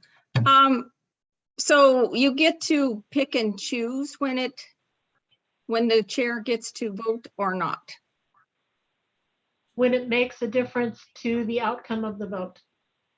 Wasn't there one a little earlier than that did the same thing and nothing was done? There was one earlier in this meeting. And he did not That was vote. 5-6, and we need a total of 8 votes in order to move anything. Unless there was It would another not have one. made a difference in the outcome. Yep. Larry, go ahead. Mr. Chairman, thank you. I think you abstained before, and indeed, it would have made a difference to my motion to have the APA reviewed. If you'd want to go back and take a look at the record, I think you'll see that. However, could you see whether or not that's the case?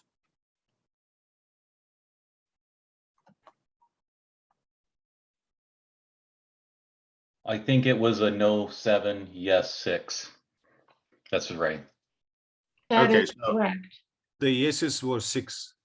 okay, so my 7th yes would not have pushed it over. Okay, that was my intention. My intention was if it were a deciding vote, that I do vote. So.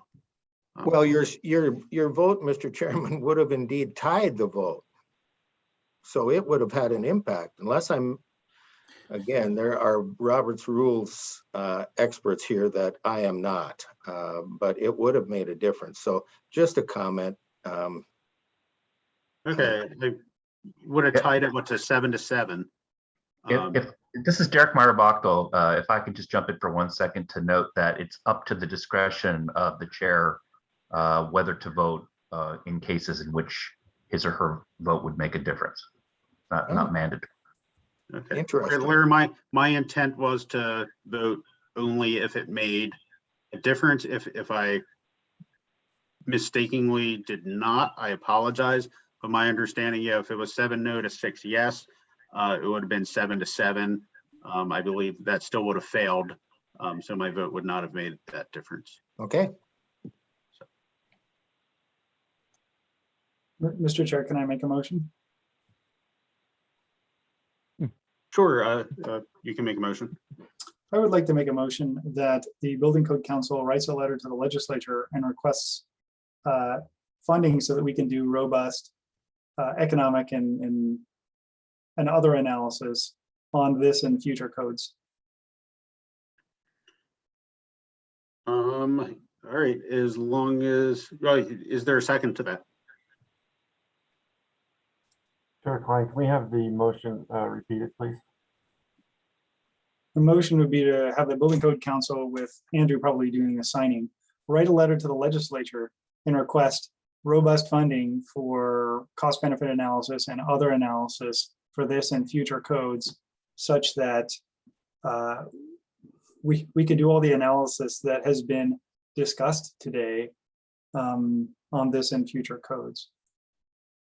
I'll second. All right, any further discussion on that? Is that within our purview?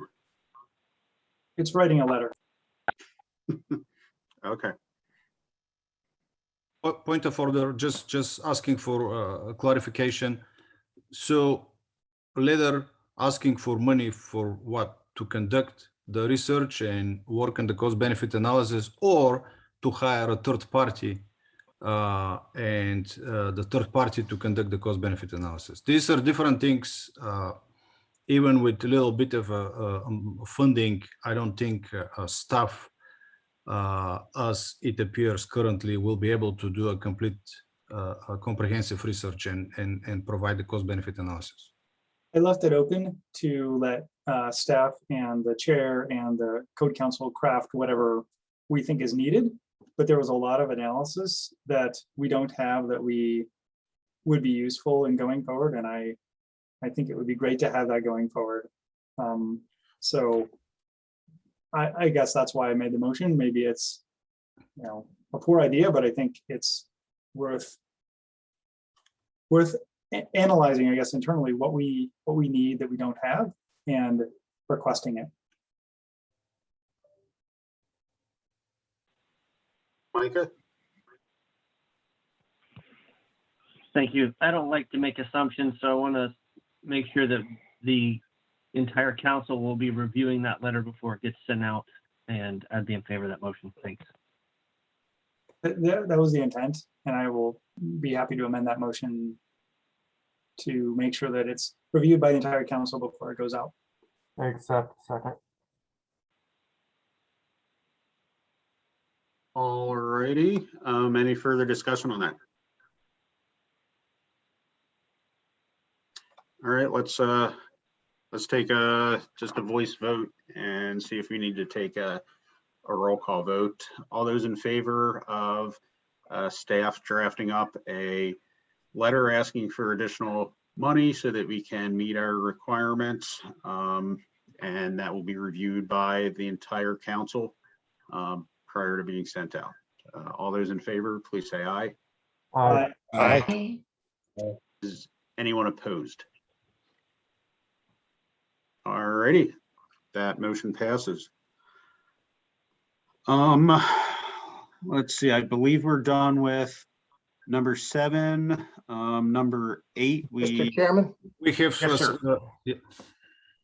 Mr. Chairman, just I'd like to kind of follow up on exactly what Shell was alluding to in that prior motion, and kind of amend my earlier motion to suggest that we do need an opinion from our representative from the Attorney General's office to suggest that we indeed are following our Administrative Procedures Act. So I would make that motion. The previous motion suggested prior to moving on, that failed. So let me just remove that piece. We just need that particular opinion at our representative's earliest convenience. Okay. This is Corey, I second. Thank you, I'll Corey. second that as well. Very good. Any further discussion before we take a vote on that? Clarification, when is our next building code council meeting? I have October 15th. Do we have one on that day? Let me check my calendar. Because that might be germane to getting a response to Representative Hoff's motion. October 15th. Okay. Well, the motion was just as soon as possible that we Yep. get that. So. As soon as I mean, possible is good. As soon as possible. So, all right, any further discussion? All This those, is Micah. I'm going to throw in there, if Mr. Hoff will amend that, as soon as possible could be past that October meeting. So I think if Mr. Hoff wants to make an amendment to say as soon as possible, but no later than that October 15th meeting, if that's possible. That's the amendment I was thinking about, Mike. You took the words right out of my mouth. Let's do that. And I second that. all right, any further discussion? All those in favor, please say aye. Aye. Is anyone opposed? All right, motion passes. Anything else for this item prior to moving forward?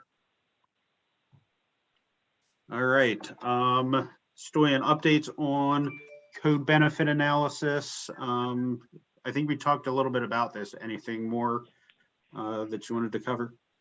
All I can show is the last slide from my short presentation, which clarifies what our options are. As far as I see, the options right now is staff will use the proponent's cost-benefit analysis and will compile the preliminary cost-benefit analysis for the CR 102. And based on the comments we received, we may modify the cost-benefit analysis. We will try to find a third party that can do the second portion before the CR 103, but I can't promise that. We've been trying for 2 months. And to be clear, CR 103, we've got, that'll be toward the end of the year. CR 103 is the last document we file with the final adopted section. So the council needs to vote on the adoption, and the CR 103 is the final document that we file with the sections that will go in 2021 building codes, which will include the energy code. Which will likely be what, December or January of next year that gets filed? I assume it may go to March next year, but Okay. it depends where we are. The best case scenario is January next year. Okay, point I was trying to make is we do have time, to get all of this together and to make our final decisions after we get public comment. So yeah, we're not pushing anything through. We're just following the system and workflow as it's laid out. So, all right. We'll try to collect as much information as we can, and we will keep you posted what we have. Okay, so I think next up is staff report, and then did you have anything for that? I don't have much on the staff report. I was going to talk about many things, but it's not the right time now. So I will save it for the next time. All right, any other business? All righty, well, thank you guys for the marathon meeting. Again, there are many more public comment opportunities. Things are going through the workflow. It's how government works. Yeah, let's continue making the sausage, and it'll come out okay. I promise everyone we'll be okay. So thank you. Thank you, everybody. Thanks, everyone. Chair. Thank you so much. Thank you. Thanks, Andrew. Thank you. Bye-bye.